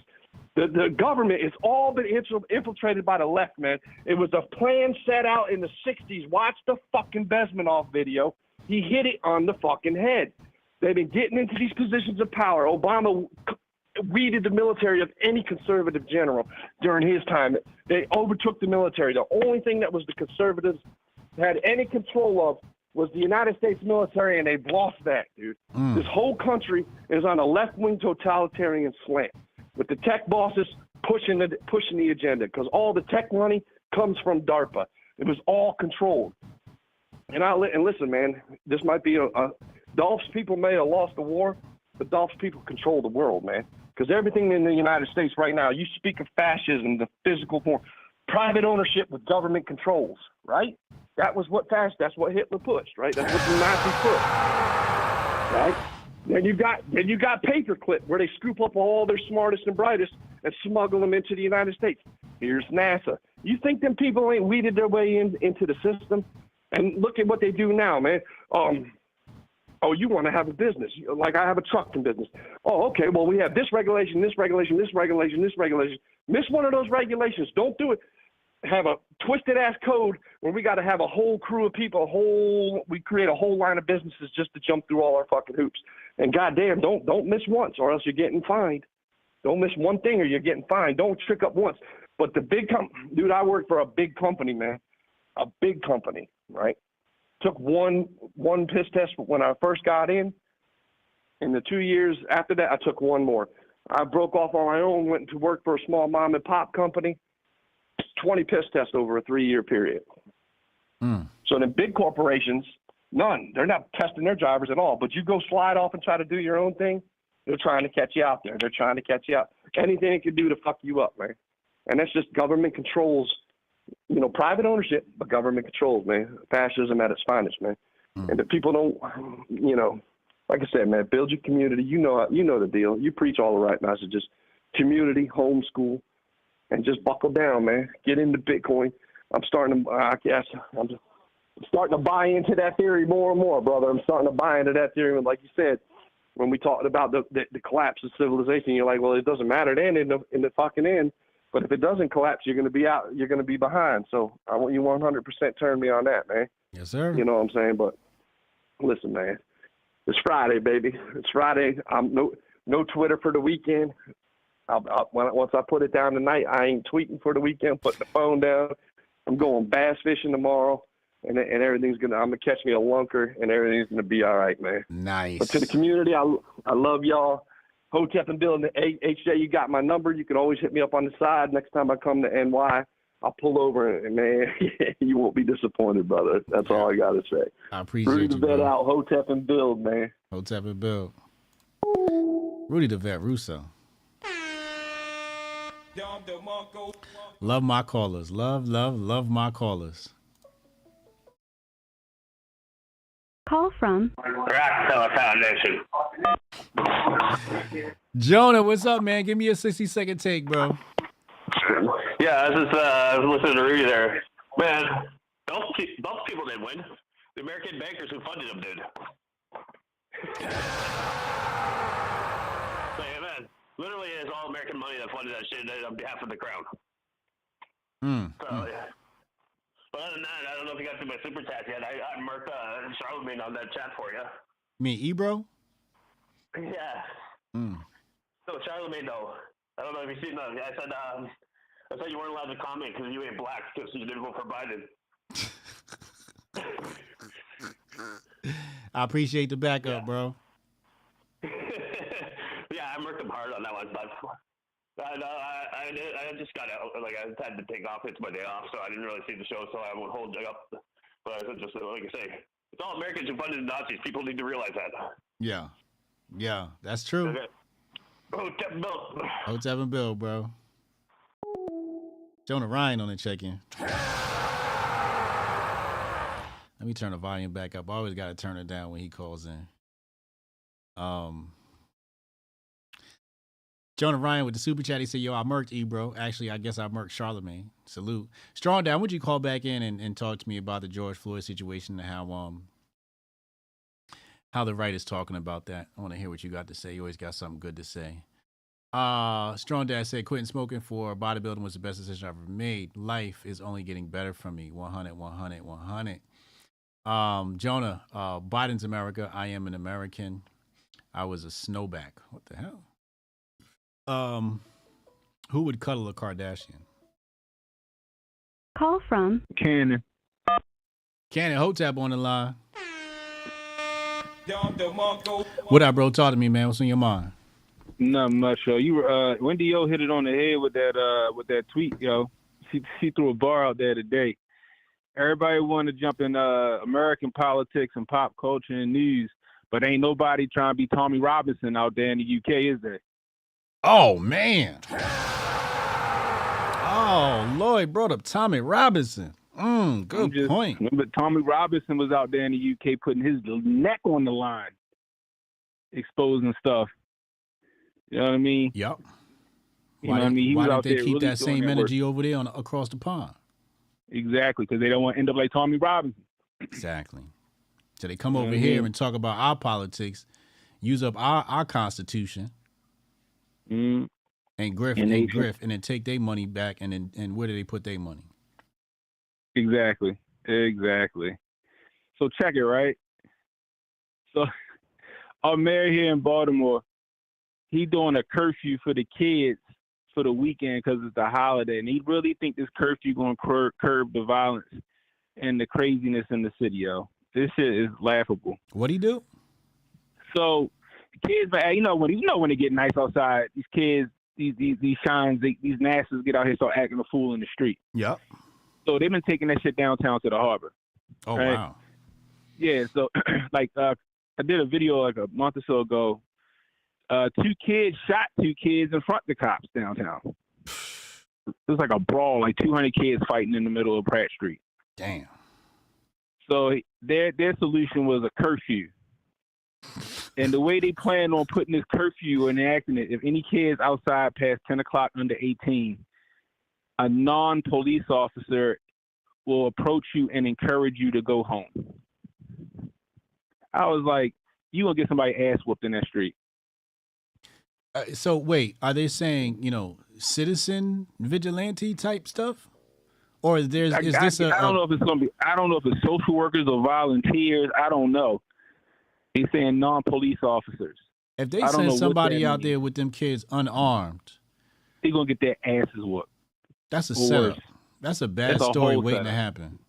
Waiting to happen, bro. Waiting to happen. Oh my God. That's just like I said, the liberal stronghold, Joe. The mayor, he know better. He my age. He know how the kids act. You know what I mean? And this is your solution. It's a feel-good solution, is what it is. It's not a real solution to the violence. I still maintain that they want these things to happen so they can bring in Interpol and have a military police state. You might got a point, but then sometimes when I see this shit, I'll be right there with Give me the hose, master. I'll let the dog go. Give me Blondie. Where Blondie at? Where Fido at? Give me the fur missile. I'll let him go. I'm serious. It's crazy, bro, because it's like I said, nobody go downtown because it's too violent. They don't feel like being harassed by the squeegee kids or the crazy homeless people down there that's begging for money and harassing you for money, because they harass you for money. Really? You know what I mean? Yeah, the only time they go downtown, the only reason they down is because of the Orioles games right now. You know what I mean? It's crazy, and I guess they trying to bring the money back to Baltimore, but it's like, this ain't how you do it. These kids don't care about that curfew. Right. And go ahead and send somebody, some social worker or whoever, some volunteer, some moms demand action or something down there. Yeah. Y'all gonna get them people hurt. They gonna get hurt. You gonna get them people hurt. They gonna get hurt. I see the Canada This shit Hotep crazy. emoji in the chat. Oh shit, I'm gonna have to check that out. But yeah, it's crazy, bro. I'm telling you. Anyway, what you think about Tina Turner, man? Oh, Tina being anti-black? she hauled ass in Switzerland, didn't she? She pulled the Uncle Hotep on us. Yeah, still her music back in the 80s, man. Untouchable. And then not to mention, she was still hot in the 80s. She was still hot in the 90s. Yes, she was. They said she married a young boy. She had herself a little young tenderoni. Did she? Yeah, over in Switzerland. He was younger than her. He was a little young boy. And and he took good care of that lady. I was like, all right, I see you. She was a sugar mama. She was a sugar mama. Well, apparently he was taking care of her. I guess he had a few bucks. Oh, he got some bucks. Yeah, she Well, wasn't gonna date apparently- no brokey. But shit, I was like, shit. And then I'd have hollered at her too. I don't care. She would have been, what, 50 or something? And like 95? She could have broke Shit, my I may have heart. been like, shit, who you telling? She had them legs on it too? Take that cougar down. Straight up. Shit, her or Shaka Khan, which one? Yeah, Shaka Khan. I'm telling you, Shaka Khan. Sometimes she come on my TV screen and I get quiet, like, ooh, girl. What they say, she got them heavies, boy. She got them heavies on her chest. Good Lord in the morning. You could just disappear into them. Yeah. Anyway, you ready for Hotep Con, bro? I'm not. I'm man, what not. you got ready? I'm prepping. I'm still got a lot of prepping. Lawrence B. Jones texted me about 15 minutes ago. I think it's a go. I think he's saying it's a go. So we got Lawrence B. Jones coming. Yeah. I need you to tag Uncle Hotep and tell him to send me his photos so we can put the flyer together. You sent me your photos real fast. We still waiting on Uncle Hotep to send his photos. Can you tell him to send me the photos so we can put together the Hotep Con flyer with all three of us? All right, let me tell him so you go down J.C. Penney, get himself a headshot. I say less. All right, bro. Hotep and Bill. Hotep and Bill. Oh man. Let's get back to the super chats. Sean W said, I'm waiting for the Alfies to come out and rename Juneteenth as Prideteenth. Oh my God. That'll be something. Jabari in the chat. What up, Jabari? I gotta tell you, man. Papillion, great food down there, man. Jabari's restaurant, amazing food. I'm still thinking about that oxtail dish I had last time I went down there, bro. Still thinking about that. The media is the fourth branch of government. Immortal Technique, great rapper who was putting out red and black pills back in the day. Yeah, he was. Call from Strong Dad. Strong Dad, what's up, man? Talk to me. How do you feel about, how the right was talking about the George Floyd anniversary and whatnot? Well, first of all, no one on the left has ever met a George Floyd. And no one on the right, okay? They ain't never met one. And everybody on the right, whenever they see a black man interact with the cops, they think he's a George Floyd. So, of course, we're going to see this type of polarizing. A lot of places were not even marching for George. Out here, we took that name and turned it into Elijah McClain's name. Some other states, they were doing that, but the right, like they do when they highlight the Black Man Bad series, they always look for those who are marching for George Floyd, those who are, right? And so here come his anniversary, and then they want to resurrect the grift on George Floyd. Yeah. And all it is to just distract. All it is just distract. It's just like the Target stuff. It's just like Bud Light stuff. They don't care about actual issues. They don't care about anything important. They care about what they can monetize. And you can monetize George Floyd's death the same way BLM did. Everybody's benefiting. Everybody's benefiting off of George Floyd, except for, everybody. Even we benefited off of his death because we used that as a springboard for the things we did. So truly, when I look at this, I ignore it. I ignore it. My Hotep rage always kicks in whenever I see stuff like that on the timeline, and I've been just ignoring it because it's not important anymore. It's not important anymore. They gave that nigga a statue. You know what I'm saying? Like, right. That would be like when I got locked up. Let's say the day that I robbed a student on the campus and the police killed me that day. I would never want a statue of me up. I was out there on some dirt. I was doing dirt. You know what I'm saying? So this whole thing is slow brain. It's slow brain. It's slow and low brain mentality. Punching, uppercutting with the George Floyd uppercut. That's all it is. It's low brain stuff. It's not even important to what's really happening, man. We got real issues that are cracking off. Yeah. Just to speak to the audience here. I know I have a predominantly white audience. They may be conservative. They're red whites, and I love them. But sometimes I think people go, why is Hotep Jesus always talking about race, and why does he come back to these topics? And mostly it's because your messaging sucks. The messaging that comes from your pundits suck. So, and then on the left, they want to destroy conversation. They want to destroy nuance. So you don't even get any idea on how to speak about these topics in a way that the black community can resonate with, or even have a civil conversation with. So the goal here is to educate you, show you how black people are thinking about this. Real black men like Strong Dad Protocol are thinking about these situations, so you can fix your messaging and you don't look like the rest of these idiots out here. Facts.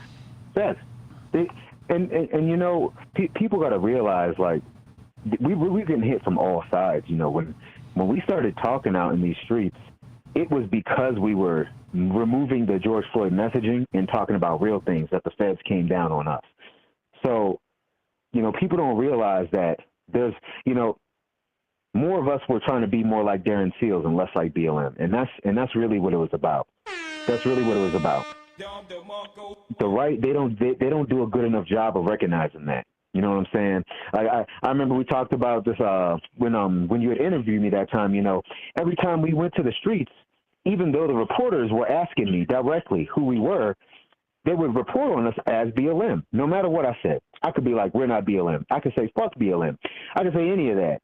And then I would look on the news that night, and you see my face and everybody else's face, and they go, BLM protesters take to the streets for George Floyd.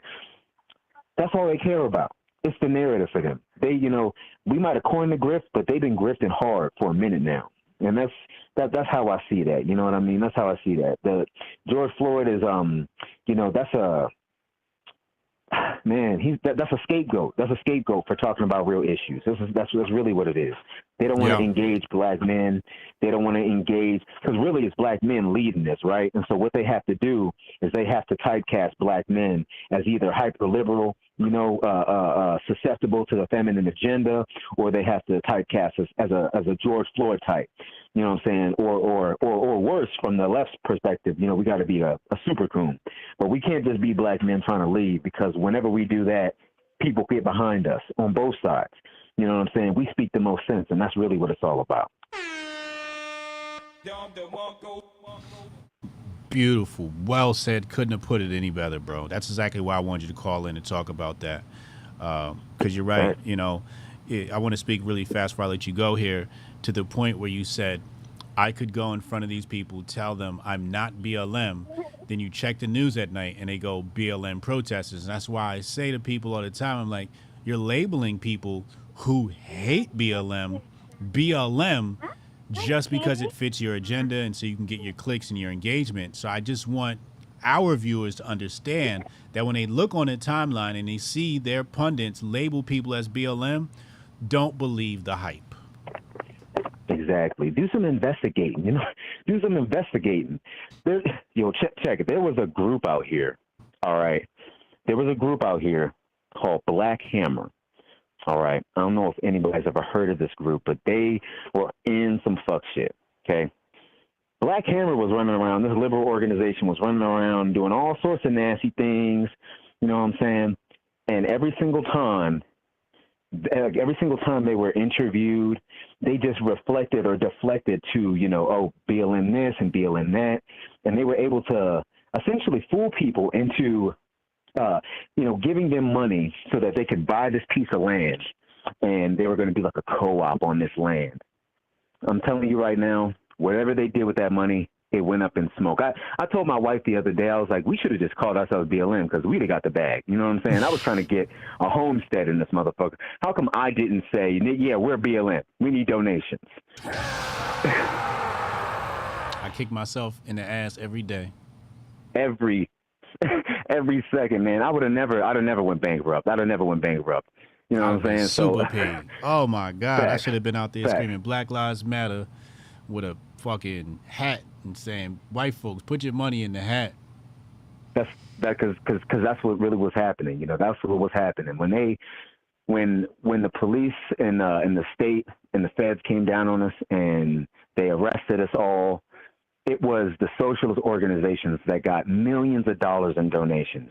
I had to source from the Pan-African community to get donations to beat my own case, even though I was one of the protest leaders in this, massive movement. So all that deflection, that's what I'm saying. When y'all see stuff like that on the timeline, just scroll right past it, because they want you to engage.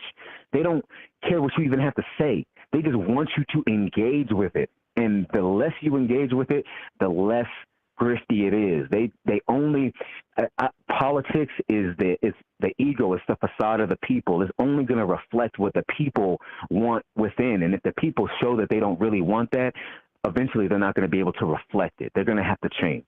That's how I've always seen it. Big facts. Big facts. Strong Dad Protocol, y'all. Hotep and Bill. Hotep and Bill, my brother. Late. Strong black man out here with some good opinions, man. Some good opinions, and you lose them with this type of rhetoric I got on the screen. Like, again, Megyn Kelly asked me, what's up with the black vote? And if you look on the screen here, this is why you ain't getting it. Because everybody want to be a child. Everybody wants to play games on the internet. Meanwhile, Target ain't playing no games. Bud Light ain't playing no games. They want to be in your kids. They want to be in your kids' life. They ain't playing no games, but here you are, you want to play on the internet with people's lives. And you wonder why you're losing the culture war. Meanwhile, you got black men like Strong Dad Protocol out here that want to be on your side, and you make it hard because, they'll say, hey, I'm thinking about voting Republican, and their friends are going to pull up this tweet and go, yo, these your allies? Are these your allies?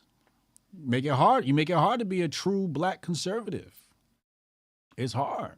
And I'm not going to defend you. I can't defend this. I'm not going to defend that. It's childish behavior. And like I said before, you either choose comedy or productivity. You got to pick one. Either you want to be productive or you want to play games. You want to play on the internet? Cool. But don't complain when you can't win an election. Don't complain when you can't win votes. Don't tell me about, the percentage of black people that vote Democrat. I don't want to hear it. Call from. Sorry. Yo, what up? You on the line with Hotep? Talk to me, man. Yo, what up? I got carried away talking about that DeSantis stuff yesterday. I wanted to talk to you about that other topic too. What's that? That what are you talking about? The untapped resources. Okay. The sex workers? Yeah. Okay. I think I could even I did think it was kind of funny you called them untapped resources too, because that's a term we used to use for virgins, me and my friends when we were young. Okay. So I think part of the problem with them is a lot of the conservative, moral values.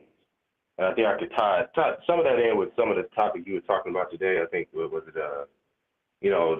that weed post by that one lady. Yeah.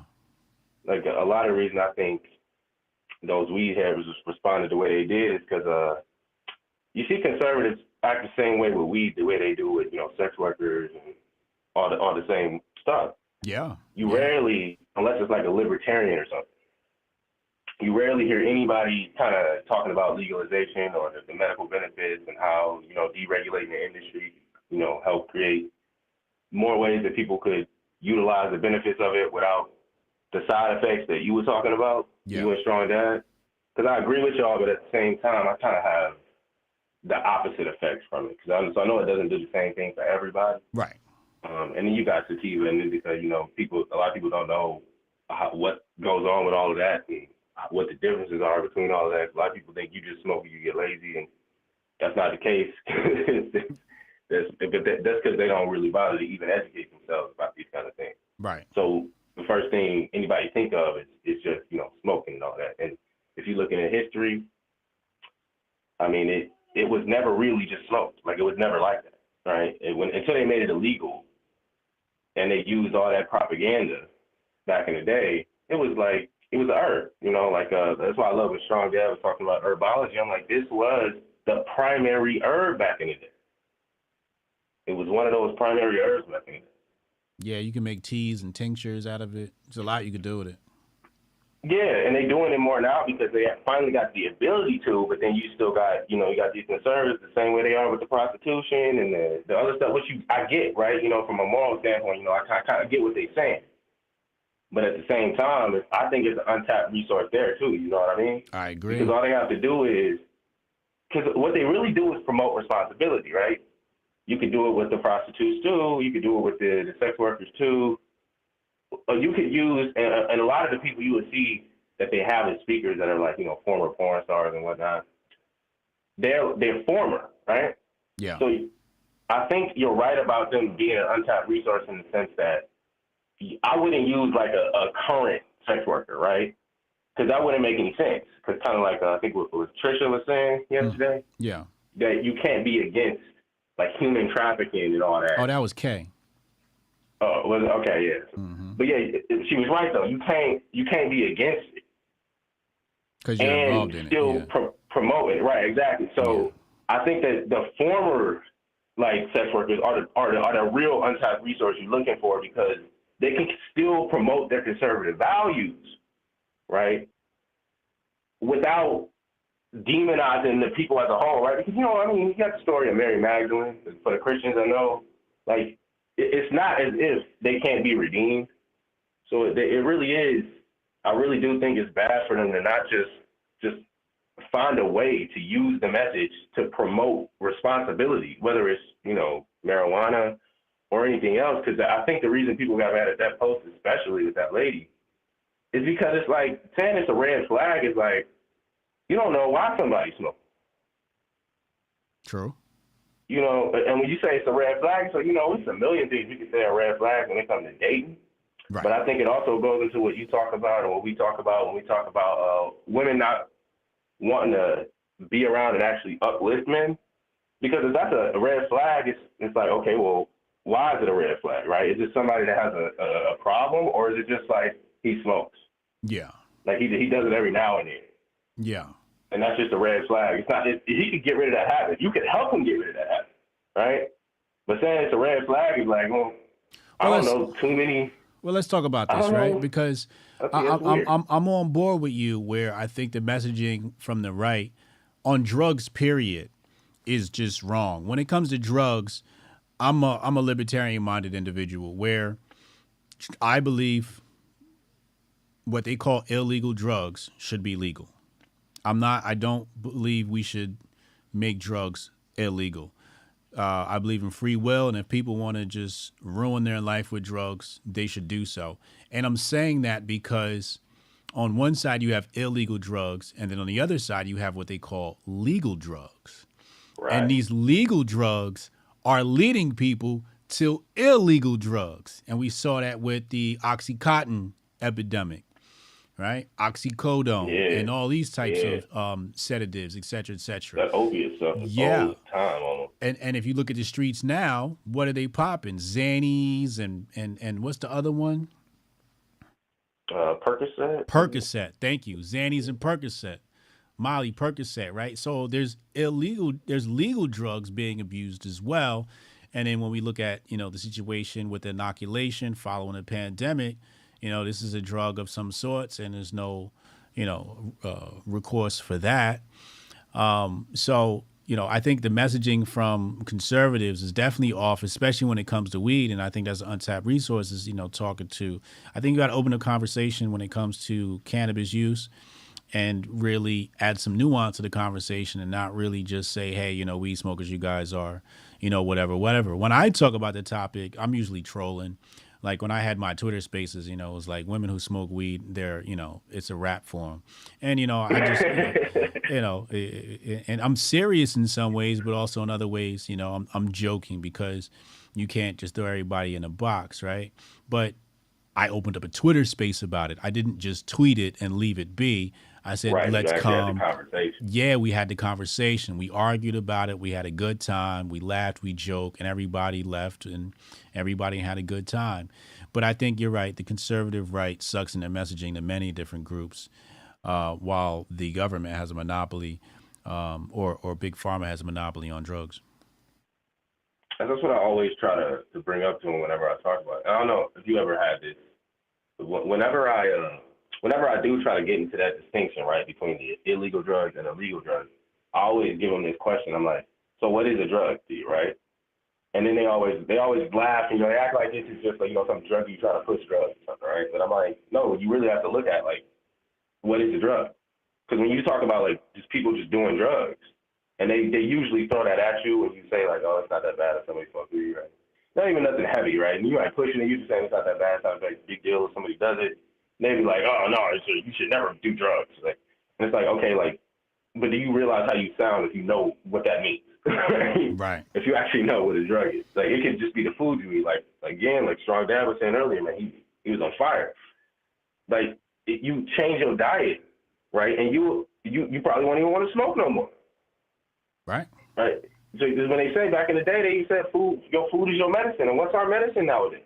Mm-hmm. That's those legal drugs. Yep. So when you looking at what you consume, it's really about what you put in your body and how responsible you are with your body. You know what I'm saying? Your body is a temple. You know, ain't nothing said you couldn't smoke in your temple, right? Mm-hmm. But the temple don't need to be filled with smoke every day and all the time. Right. Right. Good thoughts, man. Good thoughts. I appreciate the call. Did you call him before we was arguing? No, I think we was talking yesterday, but I didn't get to. No, I mean like a week ago. I don't know. No, I don't think that was me. Oh, that was somebody else. I think I came in after him. Oh, okay. All right. Yeah. Dope. Nah, I appreciate the call in, man. Good thoughts, bro. Yeah, man. Hotep and Bill. Hotep and Bill. I like that caller. I want to hear from him more often. I like that caller. He's thinking. He's got critical thinking, man. There's a lot of nuance to these conversations, man. Pun, thank you for the super chat. Jabari Judas said, do we call Uncle Hotep Unc Turner or what? Hey, him and Tina had a lot in common. Him and Tina would have had a good time talking about the Sean. They would have had a good old time. Call from. It's your favorite Guinea Joe. My favorite Guinea Joe. What's up, bro? Hotep and Build. What's good? What's good, bro? What's good? Quick, on the marijuana thing. Yeah. I agree with your take and the first caller who called up about it, the bodybuilder. Yeah. The only thing is, marijuana or any drug, rather, it's not supposed to be something that you need. It's like, for me, marijuana is a luxury. It's not supposed to be used as Don DeMarco. Marijuana is a luxury. It's not something that you're supposed to need. It's supposed to be like, for me, after working a 12-hour day, I'm not a fan of alcohol. I'm not a fan of really any other drugs. I prefer marijuana. Now, like with anything else in life, if you have a problem with marijuana, like if it's consuming your life, that means that you're the type of person where cheeseburgers might become a problem for you. Scratch-off tickets might become a problem for you. It's not the marijuana. It's something with you. So people like to Don DeMarco. So people always love to throw it on, well, it's this substance. It's that substance. It's this, it's that. Not really, bro. It's you. It's not marijuana. Marijuana is just like I said, it's just a substance. A hammer could be used to crack somebody's head open, or you could build a house with it. Right. So I don't buy into that, like, marijuana. Now listen, if you get off marijuana, you're like, oh man, everything's better for me. Then God bless, and all the power to you. The Ron DeSantis thing, I think people are coming down a little too hard. First of all, the whole rolling out the campaign announcement, if that falls on anybody, in my opinion, that falls on Elon. Wait, what? Say that again? For his rollout of his presidential bid. Yeah. I blame that mostly on Elon, not Ron. Okay. Because he used Elon's platform, and his platform wasn't prepared to handle it. Right. He should have. Ron DeSantis, if he had a good marketing team, he would have done it on Rumble. Correct. That's where it should have happened. And the Republicans, surprisingly, they announced that they're actually hosting their debates only on Rumble. Yep.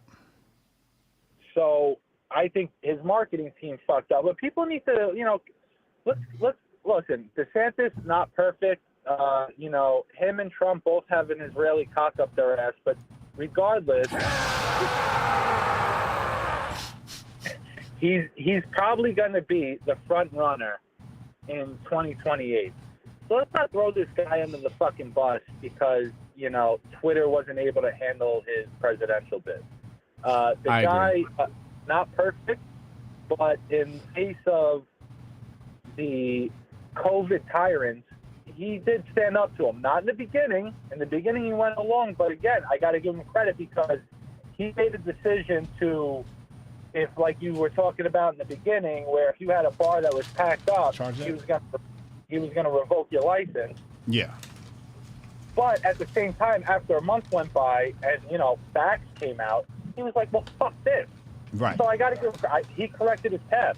That's what if a politician can admit that he was wrong, that's about as good as you're going to get. That's about as good as you're going to get. You're right.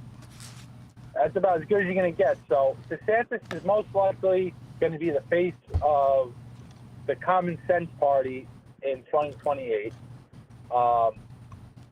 I want Trump to run as an independent because I want him to go in there and I want him to do everything short of going into Washington, D.C. with a Tommy gun and fucking dropping bodies. I want him, if he gets in 24, I want him to burn the shit to the ground.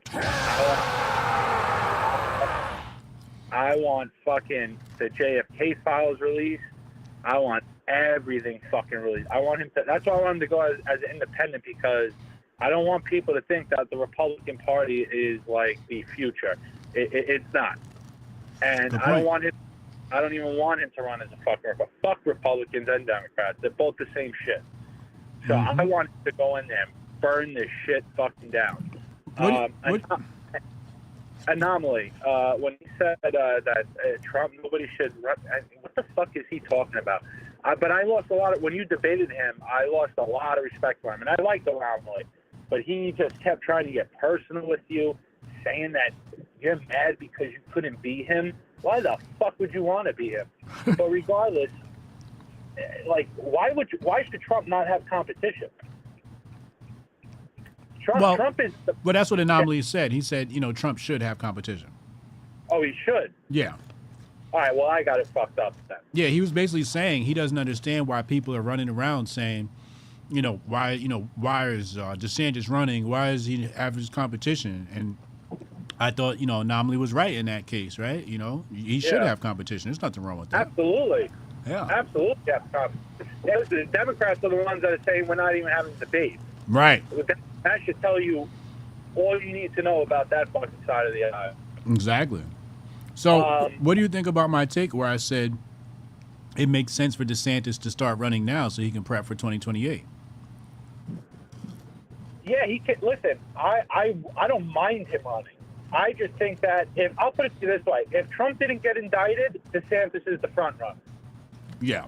When they indicted Trump, they basically lit the same fire under his base that they did in 2015. Right. They gave the Trump base the same ammunition now. Yep. And now you got the hoax of the rape case. You got that added to it. Mar-a-Lago. Yeah, that's what I'm saying. So if they had left Trump alone, DeSantis would be the front runner. Yeah. But they didn't, and they reinvigorated his base. So I think that's why Trump is, he's going to be the nominee. Yep. As far as the George Floyd thing and people making jokes about it, the way I look at it is, if you were one of George Floyd's members, would you find it funny with these jokes going on? Right. That's how you should look at it. Yeah. It ain't a fucking matter of, well, listen, would he have died without Derek Chauvin there? I personally think what happened was when the cops showed up, I think he took all that fentanyl. He didn't want to go to jail. He did what I used to do with weed back in the day. The cops show up. Swallow it. I already got, you're damn right. It tastes like shit. So I think what happened was he swallowed all that shit. Would he have died from taking all that fentanyl? I mean, your guess is as good as mine. Right. But the moral of the story was the cop was supposed to, when he said, hey, I can't fucking breathe. You're supposed to get off his neck, and you're supposed to put him in the back of the car, get on your walkie-talkie, and fucking call for an ambulance. Period. End of the story. Right. So for people to mock it and try to say like, I'm a convicted felon. So like what I tell my cop friends, I go, let me get this straight. You're telling me that if I use a counterfeit bill at a fucking store, and the cop arrests me and ends up, let's just say I don't have any fentanyl in my system, but I end up dying from the cop being on my neck. Are you guys going to then turn around tomorrow and be like, it's fucked up what the cop did, but Joe was a convicted felon? And it's that simple. Yeah. There's no humanity left. There's no humanity in it. And, that's a dangerous fucking country. Yep. Dangerous country. Dangerous situation to be in when we lose our humanity. All right, well, Hotep, I don't want to take up any more of your time. Love your show. Love you and Uncle Hotep. Keep doing what you're doing. You're an inspiration. I'm going to be looking into your homeschooling for my 5-year-old son eventually before he comes home talking any of that faggot shit. So I'm going to be in touch. Yo, enjoy your Memorial Day weekend, bro. All right, Enjoy Hotep and Bill, man. Enjoy. Oh, my God. He was savage.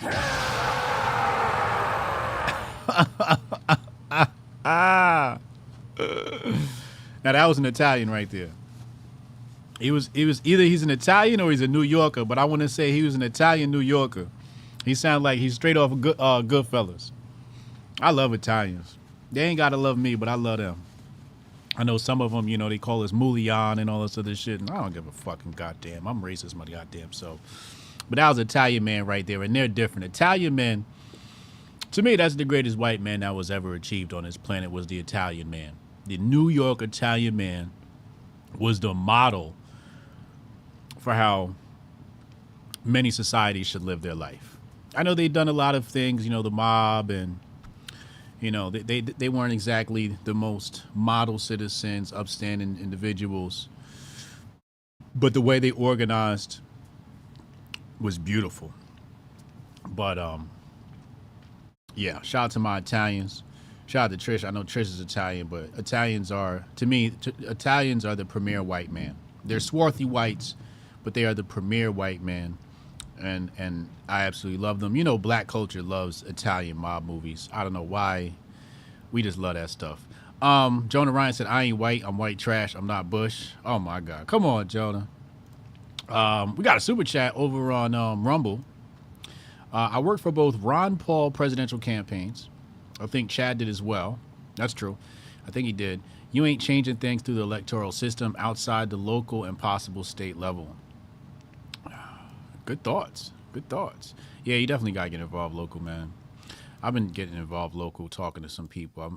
I'm in touch with somebody who runs he's the head of his committee. It's funny because I don't want to say, what vicinity he's in, but he's in New York.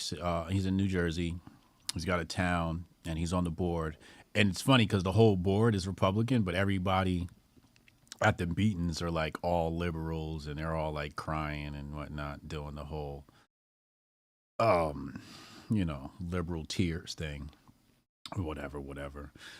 Jonah says, HJ, the Italian clip I sent this week. Appreciate you, man. Jonah stays sending me stuff. Next caller. Call from Jason Roth. Jason Roth, you want to line with Hotep Jesus? What's up, bro? Hey, good to talk to you. For a long-time listener, first-time caller. Oh, welcome. I wanted to talk about the weed situation that's been talked about today. The what? It seems like weed can be a medicine or a drug, but not at the same time. And in my studies, it seems like the main thing that changes the medicine to a drug is heat.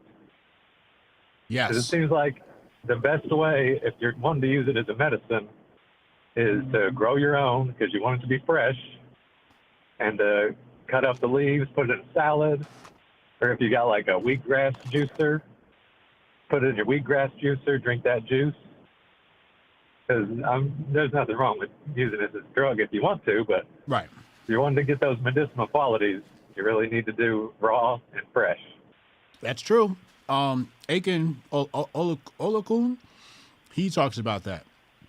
Says cannabis is a wonderful plant, but you got to stop putting heat to it. Uh-huh. Yeah, that's true. Yeah, you want it in its natural state. I agree, man. That's a good point. All right. I hope that builds. Just want to throw that out there. I appreciate you, man. Thanks for the call. Hotep and Bill. It's a good call. He's right. He's right, man. Every time we get something, we just want to put fire to it. We just want to burn it, burn it, burn it. You know what I mean? Gotta chill with that sometimes. Man. Callers are great today. Callers are absolutely wonderful. Shout out to Tasha Kayleen. I see you, Tasha. Y'all know HotepCon tickets is on sale right now? Y'all know HotepCon is on tickets on sale right now? HotepNation.com/HotepCon.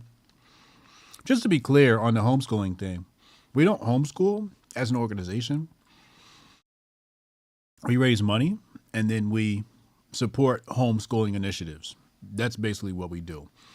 Right now we're working with Home Hacker Camp, and we're in negotiations with Danny Katz. Danny Katz has a program where she teaches children how to spot media propaganda. So we're figuring out how to work that relationship out. So you can donate to the cause if you want, HotepNation.com. We appreciate you. But we don't homeschool. We just support the homeschooling community. So Home Hacker Camp, for example, it's a STEM program, and some people can't afford the program. So we sponsor families. I'll get some testimonies. We have some testimonies in the email. I'll get them up and out so you guys can see those from the families that we were able to sponsor. So yeah, that's what we are. So if you want to get involved, you can donate to our campaign, and we'll make sure. You know, we had somebody who was a successful homeschooling mom, heavy in the community in Texas, and we did some consultations with her. And basically, what she said is, "Yeah, go ahead, you could double dip, Rudy. Go ahead, get in there." And what she said is, you know, you don't have to convince people to hop into homeschooling. The current existing homeschooling community needs support, and it's not getting that. So she said it's better to, instead of trying to convince people to do it, don't need convincing. Let's just go ahead and support the existing ones, and it'll become more attractive. And when she said that, it totally makes sense to me. You know, why, try and convince people to do something when there's people already convinced that need the support. So that's what we do. Rudy's going to double dip here. We're going to wait for Rudy. And then, Rudy, what's up, man? Hey, man, I wanted to double dip, man. My bad, dude. I just been seeing a little something going on in the chat, man. Okay, what's up? And it was, we talk about Wendy O talking about the British staying the fuck out of American politics. Mm-hmm. Now, we're about to get spicy, everybody, so you might want to put it on pause. On YouTube, none of my opinions have anything to do with this channel. Uh-oh. I got an issue with the Israeli lobby in our government, and I'm going to tell you why. I have no problem with Jewish as a people or the state of Israel existing. And they have been a strong ally in our country's history. My problem is we sent $32.5 billion of American taxpayer money to Israel to build a fucking wall. My problem is we spent billions of dollars and give it to Raytheon to send the Iron Dome over there. When we all know it's all the tropes. Jewish people have a lot of money. Jewish Americans kick back a lot of the money to Israel. So if they want a wall, I'm all for you. Build your wall. Build it with your own fucking money and not American taxpayer money. You want an Iron Dome? You want to buy the Iron Dome from Raytheon? I'm all for it. But do it with your own fucking money. Don't do it with American taxpayer money. And this ain't no shots at I have no qualms. There's not a racist bone in my body. And I have no problem with any people, any religion doing their thing, man. I judge people on an individual basis, man. But as of, you want to talk about double dipping, you want to talk about people who can't stay the fuck out of American politics, the Israeli lobby, and that's my one qualm about both Trump and DeSantis, man. You know, they kowtow to that Jewish lobby, man. And look at what the ADL does. Look at the ADL, right? The Anti-Defamation League. That's as far left as it comes. You know what I'm saying? They call anybody who comments about George Soros anti-Semitic when there's interviews out there. It's out there, man. The dude worked with Nazis, man. He's a Jew. You can't talk about him. He's Jewish, but he sat on national television talking about, I don't believe in God. I'm an atheist. But you can't say nothing about him. Why? Because he's Jew. It's a fucking cover, man. It's a cover. I hate the ADL. But, you know what I'm saying? Nobody, you know, if whites and blacks and everybody else is open to criticism, my thing is there ain't no reason why they can't be open to criticism. And then they got old Puppet Joe up there the other day talking about we're about to put the most anti-Semitic educational and you know, but dude, it's not, bro. Stop it, man. They dibble and dabble in our politics a little bit too much, man. And everybody wants to bitch about Omar, you know what I'm saying, because she's Muslim, you know what I'm saying? But she don't have half the power that the Jewish mafia has, man. And I'm just talking about I'm talking about in Congress, man. I'm not saying Jews run the world. I'm not that guy. You know what I'm saying? Let's be honest, man. The money runs deeper than Israel, man. But, you know, it's not anti-Semitic to say what I'm saying, man. It's just an observation of how the system works, man. And, Jonah, I know about the Prescott Bush, man. I know who funded the war. I'm just saying that the Nazi fascist ideology didn't die. The Germans lost the war. That ideology lives on, and it's in our government right now. And that's my double dip, brother, man. I hope it won't too spicy, man. I don't want to get you banned, man. Big Boss Ben, he disagree with me. Give him the bag, brother. Give him the bag. I'm out, man. I hate the double dip, man, but I saw it going through the chat, man. I was like, I got no problem. They want to buy the Iron Dome, you can buy it, man. You know what I'm saying? It's not like we're going to sell weapons to Iran, right? Oh, wait a minute, we already did that, man. We're not going to fund two sides of two different wars, right? Oh, wait, we already did that so many times in our history. So why does the American taxpayer have to pay for the Jewish defense, man, for the Israeli defense? Why doesn't the Israelis just pay for their own defense? All right, so I'm out, man. I just wanted to chime in with that, man. I love you, Hotep and Bill, man. Hotep and Bill, man. First of all, Rudy, man, let me see. 1, 2. You got 3 side quests, bro. 3 side quests. I disavow Rudy. I don't know Rudy. We putting Rudy on suspension. Fox, I don't know Rudy. I don't know that guy. I ain't never gonna see him. He said he's gonna pull up on me. No, he can't pull up on me till he do his side quests. Oh my God, Rudy. Come on, man. I'm trying to keep my channel. I just got Megyn Kelly. I'm on Fox next week. Come on, Rudy. You gotta do that on Anomalies channel, man. You gotta do that on Anomalies channel. He love that talk. You can't do that over here, man.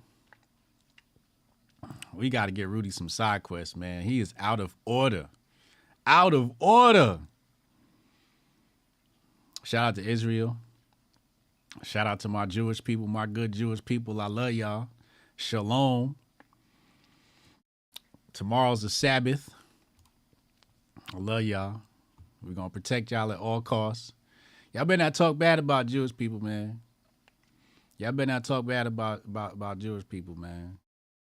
Yeah, Rudy, we got to get Rudy some side quests. Lord have mercy. He wasn't supposed to go that hard. It's Friday, Rudy. We about to go to Memorial Day weekend, man. Damn. Shabbat shalom. Trish just came back from the wall. I still got to go down there and get my kiss on the wall. Get that thing a big, long kiss. Put my yarmulke on. Kiss that wall. I ain't fucking with y'all, man. Oh, 281. Who's calling in? Here we go. Call from DB Hotep. DB Hotep, what up, bro? Talk to me, man. What's up, AJ? Hey, I was just calling. I know you've been here late, but just getting my last call in right before you head out.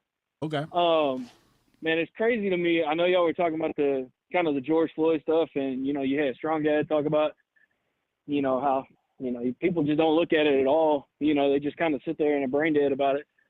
And man, it's crazy to me, like the amount of people that,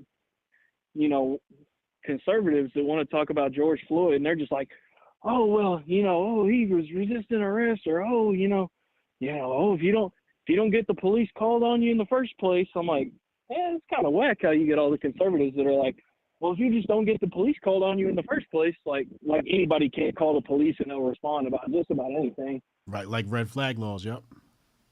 Right, and so it's just, and then you had Rudy talking about, how cops are not afraid to go do those no-knock warrants. They'll show up at your house, bust your door down at 4 o'clock in the morning, like, yeah, y'all still want to back the blue?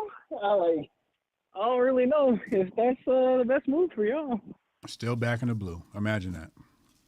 Right. But it's just crazy to me too, man. Like, I like to bring up is I come from a church background, and you see the same thing with like the conservatives, and they're just like, well, if George Floyd wasn't high on fentanyl, and it's always like these what if, and it's never like, hey, why don't we just take responsibility and say that it's a messed up thing that somebody died, and it's a messed up thing that somebody died anyway. It's an even more messed up thing that somebody died, even more messed up that people died in a terrible way, in an unjust way, Yeah.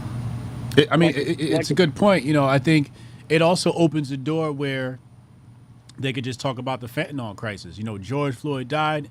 We looked at his autopsy. Turns out to be fentanyl. Hey, you don't even got to talk about George Floyd. You could pivot right to, we got to do something about the fentanyl crisis in this country.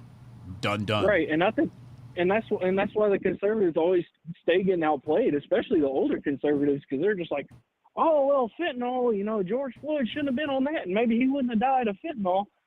And it's just like, okay, that's fair, but like, are we not going to talk about the opioid crisis, and we're not going to talk about any of this? You're going to stick to crapping on the black man because he was black and he was on drugs? Like, that doesn't seem like a good look, Yeah.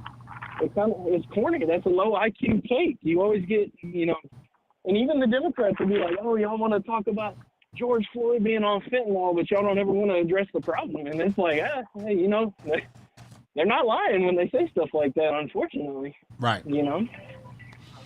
But, yeah. Well, that's why the left is always able to exploit these problems.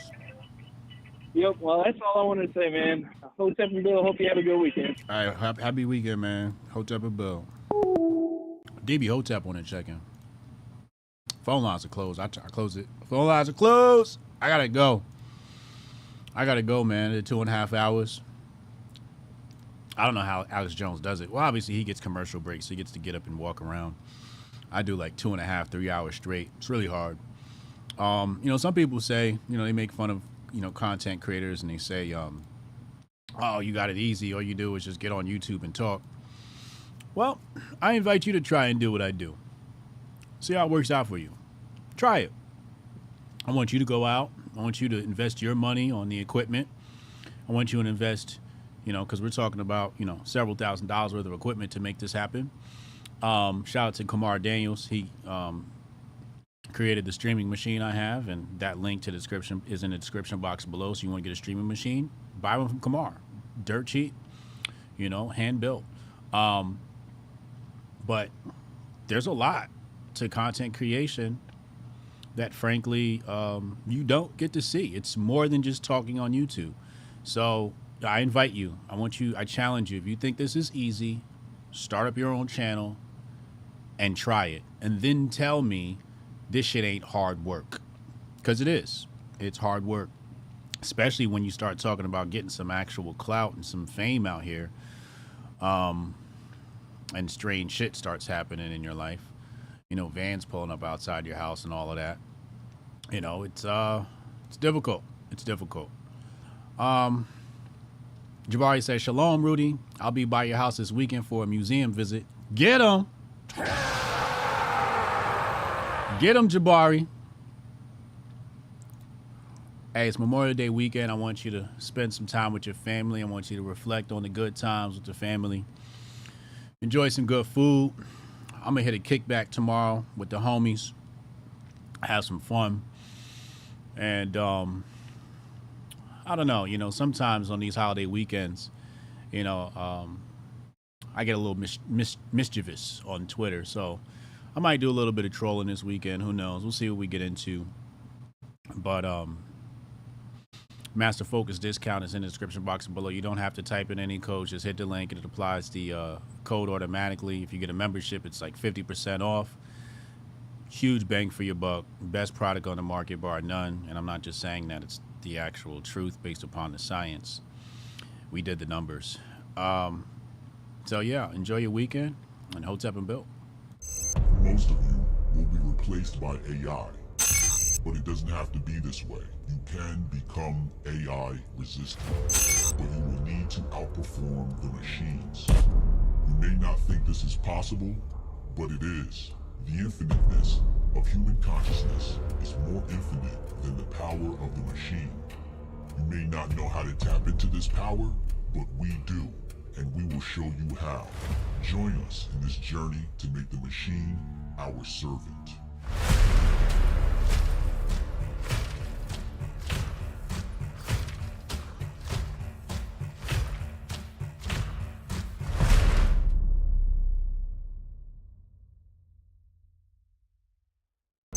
Most of you will be replaced by AI, but it doesn't have to be this way. You can become AI resistant, but you will need to outperform the machines.